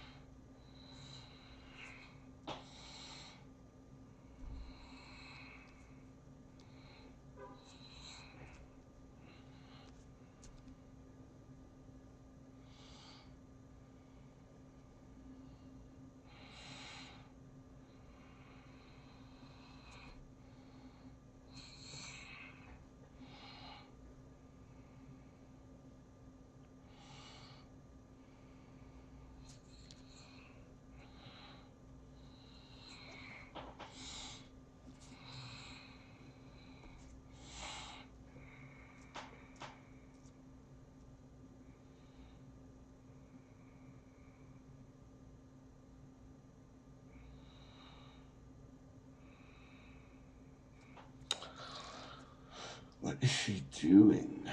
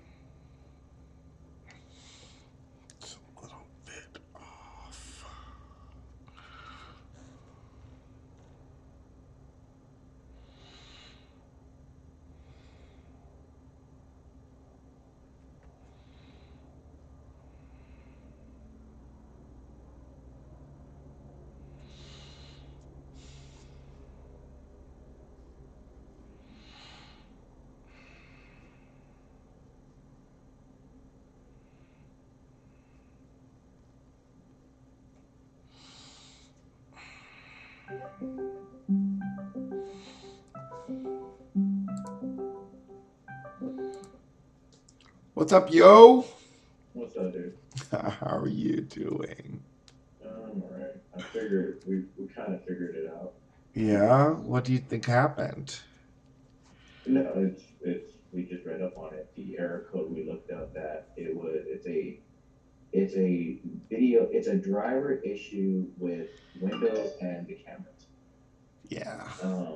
Just like the last one that I thought was fixed because I put the script in that other people put in because they have the same crash with OBS and Windows 10 Uh-huh. with their Logitech tech cameras. That's not the problem. I found another one where I had to go into the firewall for Windows and turn off the firewall that allows window camera and Hey, have everybody. Sorry, I'm talking to V's house. He's having technical difficulties. He's letting me know what's going on. Keep going. So basically, what ended up happening, customer? Yeah. So basically, what ended up happening is that every time I loaded OBS with one camera or two cameras, if you close it once and you load it again, it crashes the system. Huh. So what happens is that there's an issue with a driver to hardware problem with Windows 10 after the latest update. So the drivers that you have for your Logitech cameras don't work with the drivers that Windows recently put onto your computer. So one of the tricks of being able to bypass that was with this a config file that you can go into on Windows and change the config and change some of the stuff in it to allow the cameras to work. Which worked for a time being. However, I didn't know it was going to cause that other issue because every time I come home from work and I want to stream, I go and I load OBS and say if like the camera's not working or whatever, I go ahead and I restart OBS, and the second time that I launched OBS, it crashed the entire system, blue screening every time. Huh. So basically, that's what was happening now is that it kept blue screening. So every time I loaded it, say one of the cameras, so like right now, if you look at the stream on my stream, I can't see my monitor that I have your stream up on. Are you on? Are you up? Yeah, I'm up. Okay. And it won't show that, right? And the reason why it won't show that is because it's just busted. It's just hosed right now. So it's like, okay, well, I mean, if that's hosed, then it's hosed. What the fuck can you do, right? Huh. So basically, that's what's happening right there. It's just hosed. So is there a way that you have to sort of like shut everything down, or is it that you just can't? Is there a way to shut everything down before you turn things back on, or is there? Because it loads the first one first, the first time correctly, right? Well, the first time it crashed, it just crashed. Then after that, right. No, but you said it's because I got everything back up. Right. And then I was talking to you, and then Right, but you said it's because the cameras, once you close it once and you open it back up, it crashes. But is there a way to clear that procedure? So is there a way to make that happen without it happening? Like because you're saying you shut it down, is there a way to shut it down so that it doesn't crash the next time you load it? Do you know that? You don't know that yet. No, like I said, what I did is I found another thing online that basically said to go into your firewall for Windows and turn off the Windows camera because there's something called Windows camera. You didn't know that Windows had a thing called Windows camera in the firewall because that's not something that Windows ever had before. So there's like an old there's like an old placeholder for their camera, basically. No, it's a new feature. It's never been in Windows before. It's something new. Right, but it's like a placeholder for their camera. I don't know if it's a placeholder or what. It's a new feature. It's just like okay, so it's a possibility that feature is something they did for their laptops because they have those Surfaces, which are the Windows Surface. Right. And the Windows Surface Has a has camera. different functions. They have a camera, they have a pen, stylus, and stuff like that. So like one of the issues right now, also with Windows 10 with the latest update, is that if you use a Wacom tablet, whether it be an actual Cintiq, the glass, the drawing one like you have and I have, or just a regular tablet, what happens is that the new drivers that they put on there automatically make it where every time you go to use your tablet or you go to do something within Photoshop and Paint, instead of you painting or drawing or doing any of that type of stuff, all you're doing is moving the canvas, right? So the hack to get past that, because Windows isn't doing an update until 6 months from now. The same thing with the camera. The camera bug that's there. It's like they're aware of it. They got over 30,000 reports that people are having issues with it, from streamers to just business people trying to use their cameras with Skype and everything else, right? Some people have found some hacks to get around it. So the same thing for the Wacom tablet. There's a hack where you go into Photoshop, you go into, I think, the roaming directory or whatever it is, user roaming or whatever it is in Photoshop, in that folder directory, and in a text file you put a certain line of code, and then you save that text file, drop it in there. Then the next time you restart Windows, everything will work. The next time you restart Photoshop, it will work. Mm-hmm. So it's just a bunch of little different things that is like basically happening with the latest Windows updates. And it's like, every artist in my office, we had to do this hack on our Wacom tablets because it wasn't working, except for the guys on Macs. The only people that didn't have this issue were the guys on Macs. Which means that they made it specifically for Macs. No, it's just Mac. Apple doesn't tend to do a lot of updates unless they do a full, like they do an update, but they're not going to break all their shit, right? Where Microsoft is more like, we don't care if your stuff breaks, screw you, you're using our stuff because you have to. Anytime you, like, think about it this way, anytime that your stuff gets messed up with your iPhone, Apple's really good at, fixing it fairly quickly. Like, they'll put an update out fairly quickly to fix your stuff. Where Windows is like, screw you, you have to wait, and you have no choice but to wait because we're the only guys in town unless you want to use Linux. Right? So you're kind of stuck. So unless you want to go to a Mac that's a really expensive system that you can't even do upgrades yourself, right? And you're at the mercy of whoever, buying it and taking it to an Apple store or, to get a repair done, or you turn around and you have a PC. And that's really all it boils down to. So it's just one of those things where, when you run into issues with PCs that you can't explain. So you put some sort of code in, or you took off something from. I turned off that. I already did the code thing where I reconfigured the config file or put whatever I needed to in the config file to make it where my cameras worked. Okay. So that stopped it momentarily from my cameras breaking. Like, remember, the last couple of weeks before, like today, my cameras were like fucking up all the time, right? Right. Mm-hmm. And once I found that code, that hack, that fixed my cameras to the point where I could get them all running. They ran fine. They could load. Everything worked. But then there was another Windows update. Right. So you keep having to do it, right? And it broke something else. So it's like, okay, so that hack doesn't work anymore. So now what's the new hack? Okay, so I found this new one. And, I typed in the same thing that I did last time, Logitech camera, the brand and the model number, issues with Windows 10, and found this new one. And someone was like, oh, turn this off. I never knew this existed. This is new. Right. because it was never in the firewall section before, and now it is. So it's like, oh, okay, so we have something else that we have to look out for. Great, and that's it's just what it is. So yeah, fun times. Good times. So what I miss?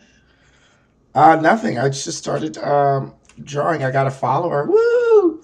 Good job. And I was just talking about this character that I'm drawing now. Look at this. Isn't this pretty good? I don't know if you can tell what the hell's Yeah, I going can see on. it. Yeah.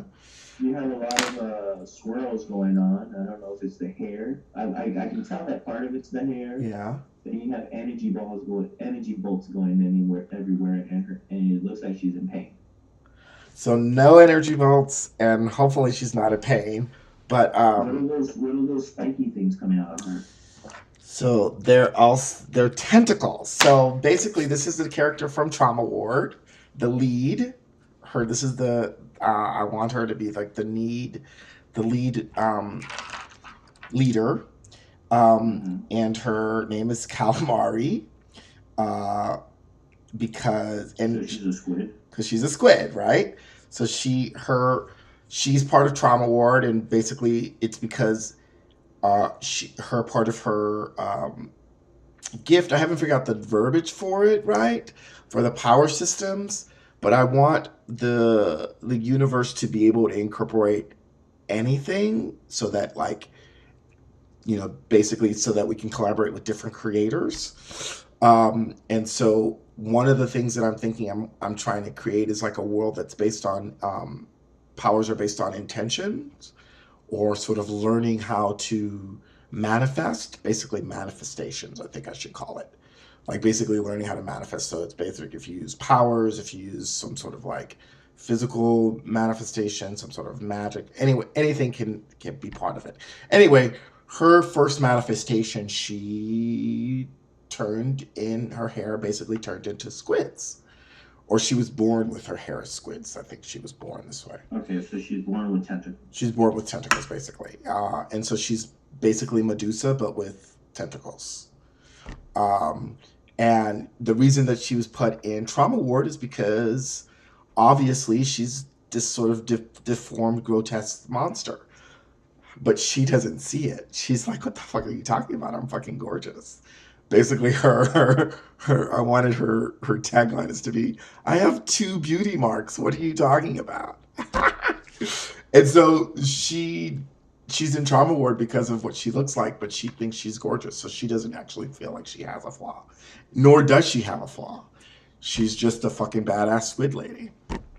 And that's her gift. So she's supposed to teach everybody else from Trauma Ward how to see their gifts or their manifestation as gifts, even though they're like flaws. Not a curse. Right. She's supposed to see them as not curses in everybody. So she's the leader because she's basically figured out how to do that.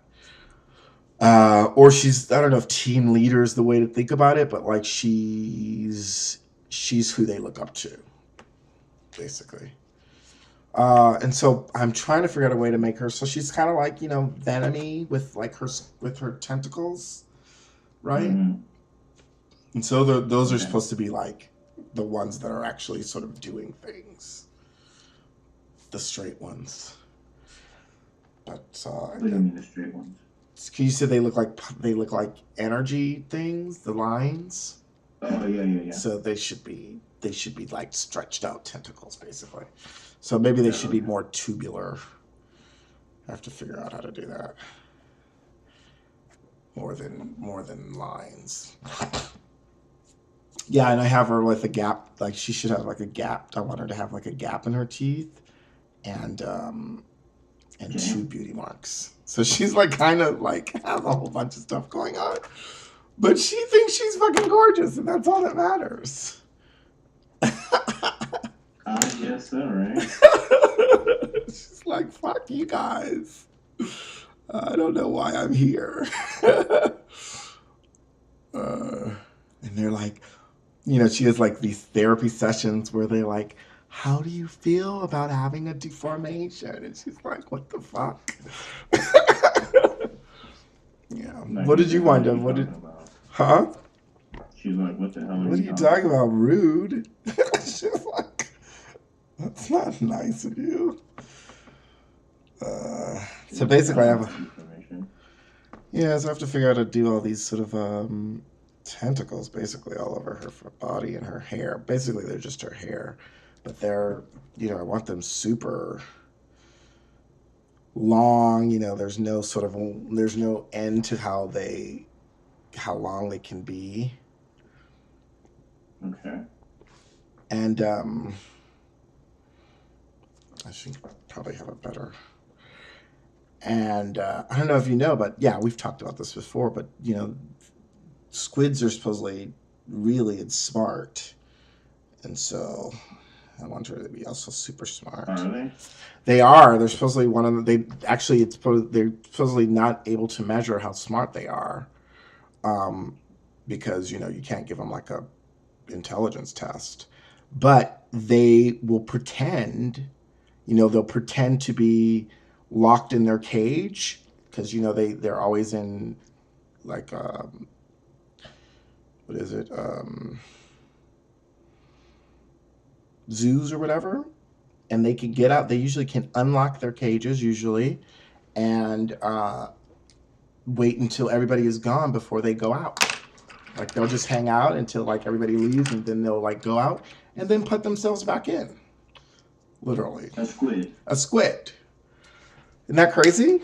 They'll unlock their cage, come out, and they can put themselves through they can put their whole body through like a quarter size hole. I'm just making up shit, but all of this is true. But like I don't know the specifics of it, but like yeah, they can fit their whole body through like a quarter size hole. So any opening they find. Because they have no vertebrae. They have no vertebrae, but also they have no solid portion of their body. So they're kind of even they're sort of curious about where even the brain would be. Does that make sense? Because there's no part of their body that is just one thing.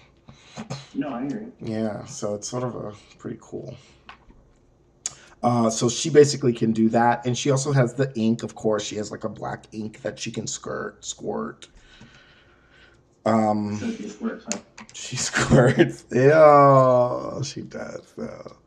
And I also, it's so funny that you mentioned that. I also want to play with that sort of. There's like a Japanese porn style, right, that deals with tentacles, isn't there? Yes, it's just tentacle porn. Tentacle porn, right? It's basically like anything in anime that uses tentacles to penetrate any type of orifice on a female or male. And so I want to play with that idea too. That she, one of the things that she's super sexual. I don't know if she's super sexualized, but I think part of her allure is that she thinks that she's fucking gorgeous, and so she's also sort of plays with sexual innuendo. That's why I have these tentacles coming from between her legs, sort of playing with the idea. So I want to sort of play with that part of animation too. That's interesting because I actually drew an image of a female character because I just felt like drawing it of female in bondage. Because I was just practicing females in my sketchbook. Ooh, what is she being bonded with? Ropes, yay. I was just at work. I wasn't being very creative. I was just sketching. I wanted to see, play around. Because, one of the things that I like about some of the hentai artists. Hentai, that's it. Good for you. That's what it's called. That's what the Japanese porn artists call it. Yeah, hentai. That's what it is. That's all the same. Tentacle porn is very specific. Right. But it's part of that, yeah. Yeah. But a lot of the hentai artists, they tend to do the bondage stuff, right? Right. And one of the things I like about them, as well as a lot of the male and female artists that do a lot of anime stuff, they do a thing where, if this is, say, so you have your pelvis, you have your hips, then you have your thighs, right? And say if you have your thigh like that, right? One, they always do the thigh gap, and then they show the butt from underneath, right? But then if they put, like, say, stockings on a character or whatever, they put the stocking, right? But then they end up drawing the meat of the skin because they want to show that it's soft and supple against the thin part, right? So they end up rounding off the thigh at that point, on this section right here. You'll see it when the video catches up. So they do this all tight, and then, wherever it doesn't like hold at or whatever, right? So if it's tight here, bulge out a little bit around the side, wherever the panty ends at or whatever.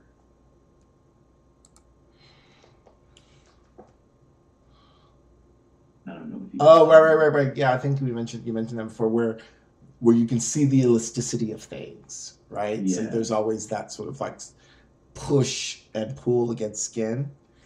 Yeah. Yeah, I've seen that. Yeah, and it's like exaggerated to extreme, right? It's like always like latexy, basically.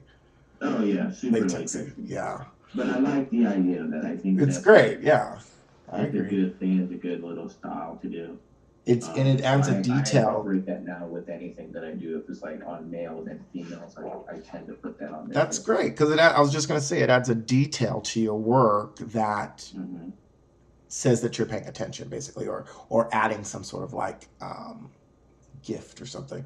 Well, but that's a fucking bomb ass warm up. I don't know. I guess you're like past the warm up phase, right?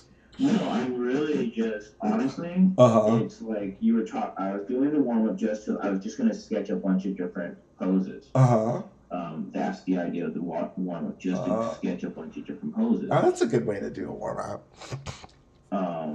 But the only difference now is I'm looking at this as, oh, well, you know what? This actually looks pretty interesting. You're talking about characters in a group and this, that, and the other. Right.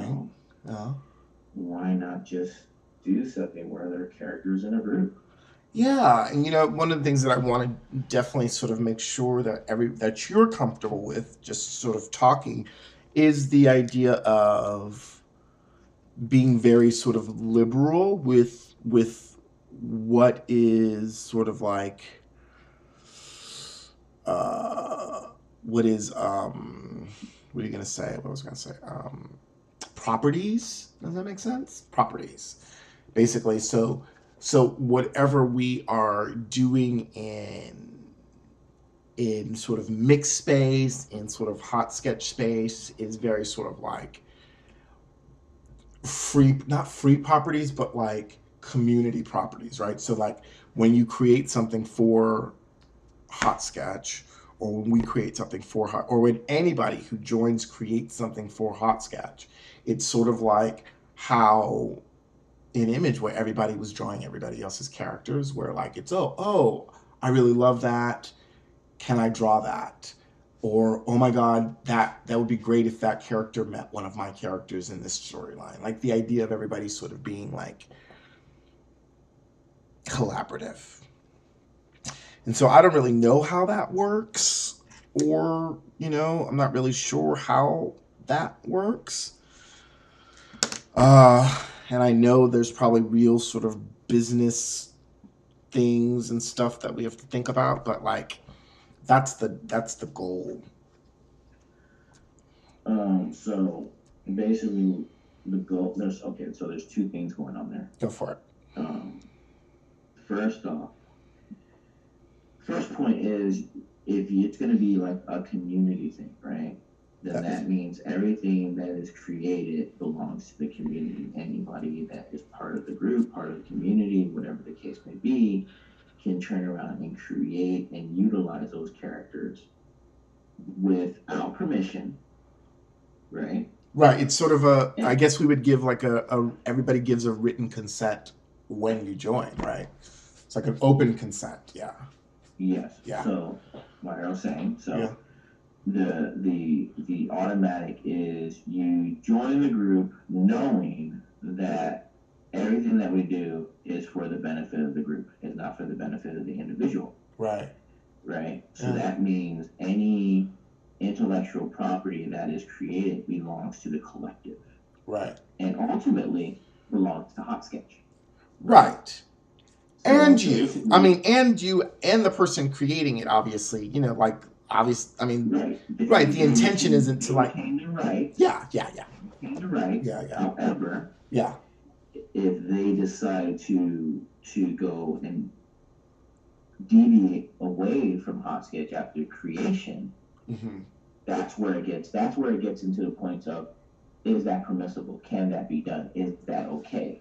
Because you're automatically coming into it saying, okay, everything that we create, we're creating for the sole purpose of this community with Hotsketch, Right. right? And that is, I guess, to build Hotsketch. that, and so that is a scenario that I didn't even actually think about. But and I think that is something that would be figured out, and you know, we can create all new rules for that. Mm-hmm. But it is important that, you know, if something like, because basically if you and I really sort of love these two characters, and we created this whole world with those two characters, and then you leave and decide that you also really love that character, then the idea would be like, okay, well, I created all this content with this character. What happens now, right? And of course, it's your character still, but like, how do we negotiate that? I think that is a little tricky. But I just saw, so the guy that person mentioned, they mentioned Colleen, and she's like her name is she her she creates this character called Amanda Sings, who is this cool character that she's been doing for years. So she created a show with Netflix, right? So they bought it, and they were like, yeah, we're gonna do it, let's make it. And so she just did a video not yesterday, and she's like talking about how they made her dreams come true, and it's, you know, everybody at Netflix was wonderful, but she's crying also too, right? Because she's also really, really sad, and she won't say this out loud because, you know, she's not stupid. She doesn't want to burn bridges, but she can't she can't take that character and go make another movie with it, or go to another studio with it. Basically, she did it with Netflix. It got canceled, and now it's gone. And they're like, sorry. And she's like, you know, I'll never get to see these characters again. And she's like crying, but she's like, I'm not ungrateful. As you know, they made my dreams come true. But it's like, it's also this character she worked on for the last 20 years. And it's like, bye bye. Sorry, we own it now. And I think that's, Netflix is like, sorry, we own it now, right? And it's like, and I'm like, oh, because they want to basically sell it in perpetuity, right? Or I don't know what they want to do with it. No, you have to think about it. When you get a show, if you can turn around and like become popular as an artist or whatever the hell it is, and get semi-famous, right? With a book, a show, whatever the case may be, like on your own, on YouTube or whatever the hell, Twitch, doesn't matter. Right. The moment you sign a contract with any company, right, the first thing you have to realize is that whatever you're signing contracts to, that belongs to them, because they're going to pay you money. They're putting all this money into the show, into staffing, into everything else. They bought the idea. Very true. They bought the idea. They allow you to continue working on it because you're the creative genius behind it and stuff like that, if they allow you to. Right, because she was saying they didn't have to let her. They could have just been like, thanks, you know, we're hiring somebody else to play the character too. Right, which sucks. You know? And it's like that was one of the things, like when Grace and I turned around and pitched one of our stories to Nickelodeon. Yeah. And just like if you pitch to Dark Horse or anything like that, one of the things that they put into the submission package, because Dark Horse won't do anything that's unsolicited or solicited work. It has to be unsolicited work, right? So it has to be totally original. And the same thing with Nickelodeon. It has to be totally original because they want original ideas to stand in them. Right. So when you go ahead and you take stuff to them and you pitch, you go in with a contract basically saying that we, as the pitcher, acknowledge the fact that we are walking into a creative space and that because it's a creative space, that we do not hold you liable, nor will we come back later on saying that you stole something from us, even if it comes out similar Right. to the pitch that we gave you, due to the fact that creativity is Inspired. a wild stream and Yeah. blah, blah, blah, blah, blah, blah. Blah, blah, blah. Yeah. Yeah. 9 out of 10 times, that's a big red flag saying that if we don't hire you, it's because we turn, or buy it from you, it's because we turn around and decide, you know what, it was good enough, we don't want to hire you anyway, but we're going to steal your shit. Right. We got somebody who we think can do that. Yeah. It's like, all we needed was the idea. Thank you. You gave us the idea. Now we're going to steal your shit, and now we're going to get somebody that's credited to do it. Yeah. Yeah. Right? Yeah. And Totally. 9 out of 10 times, that's what happens. That happened twice with us. Did I tell you I did this writing workshop? I hear you. I did this writing workshop once that I did it twice actually. Basically, I did series 1, series 2, and it's like this UCLA writing blah blah blah blah blah. Good stuff.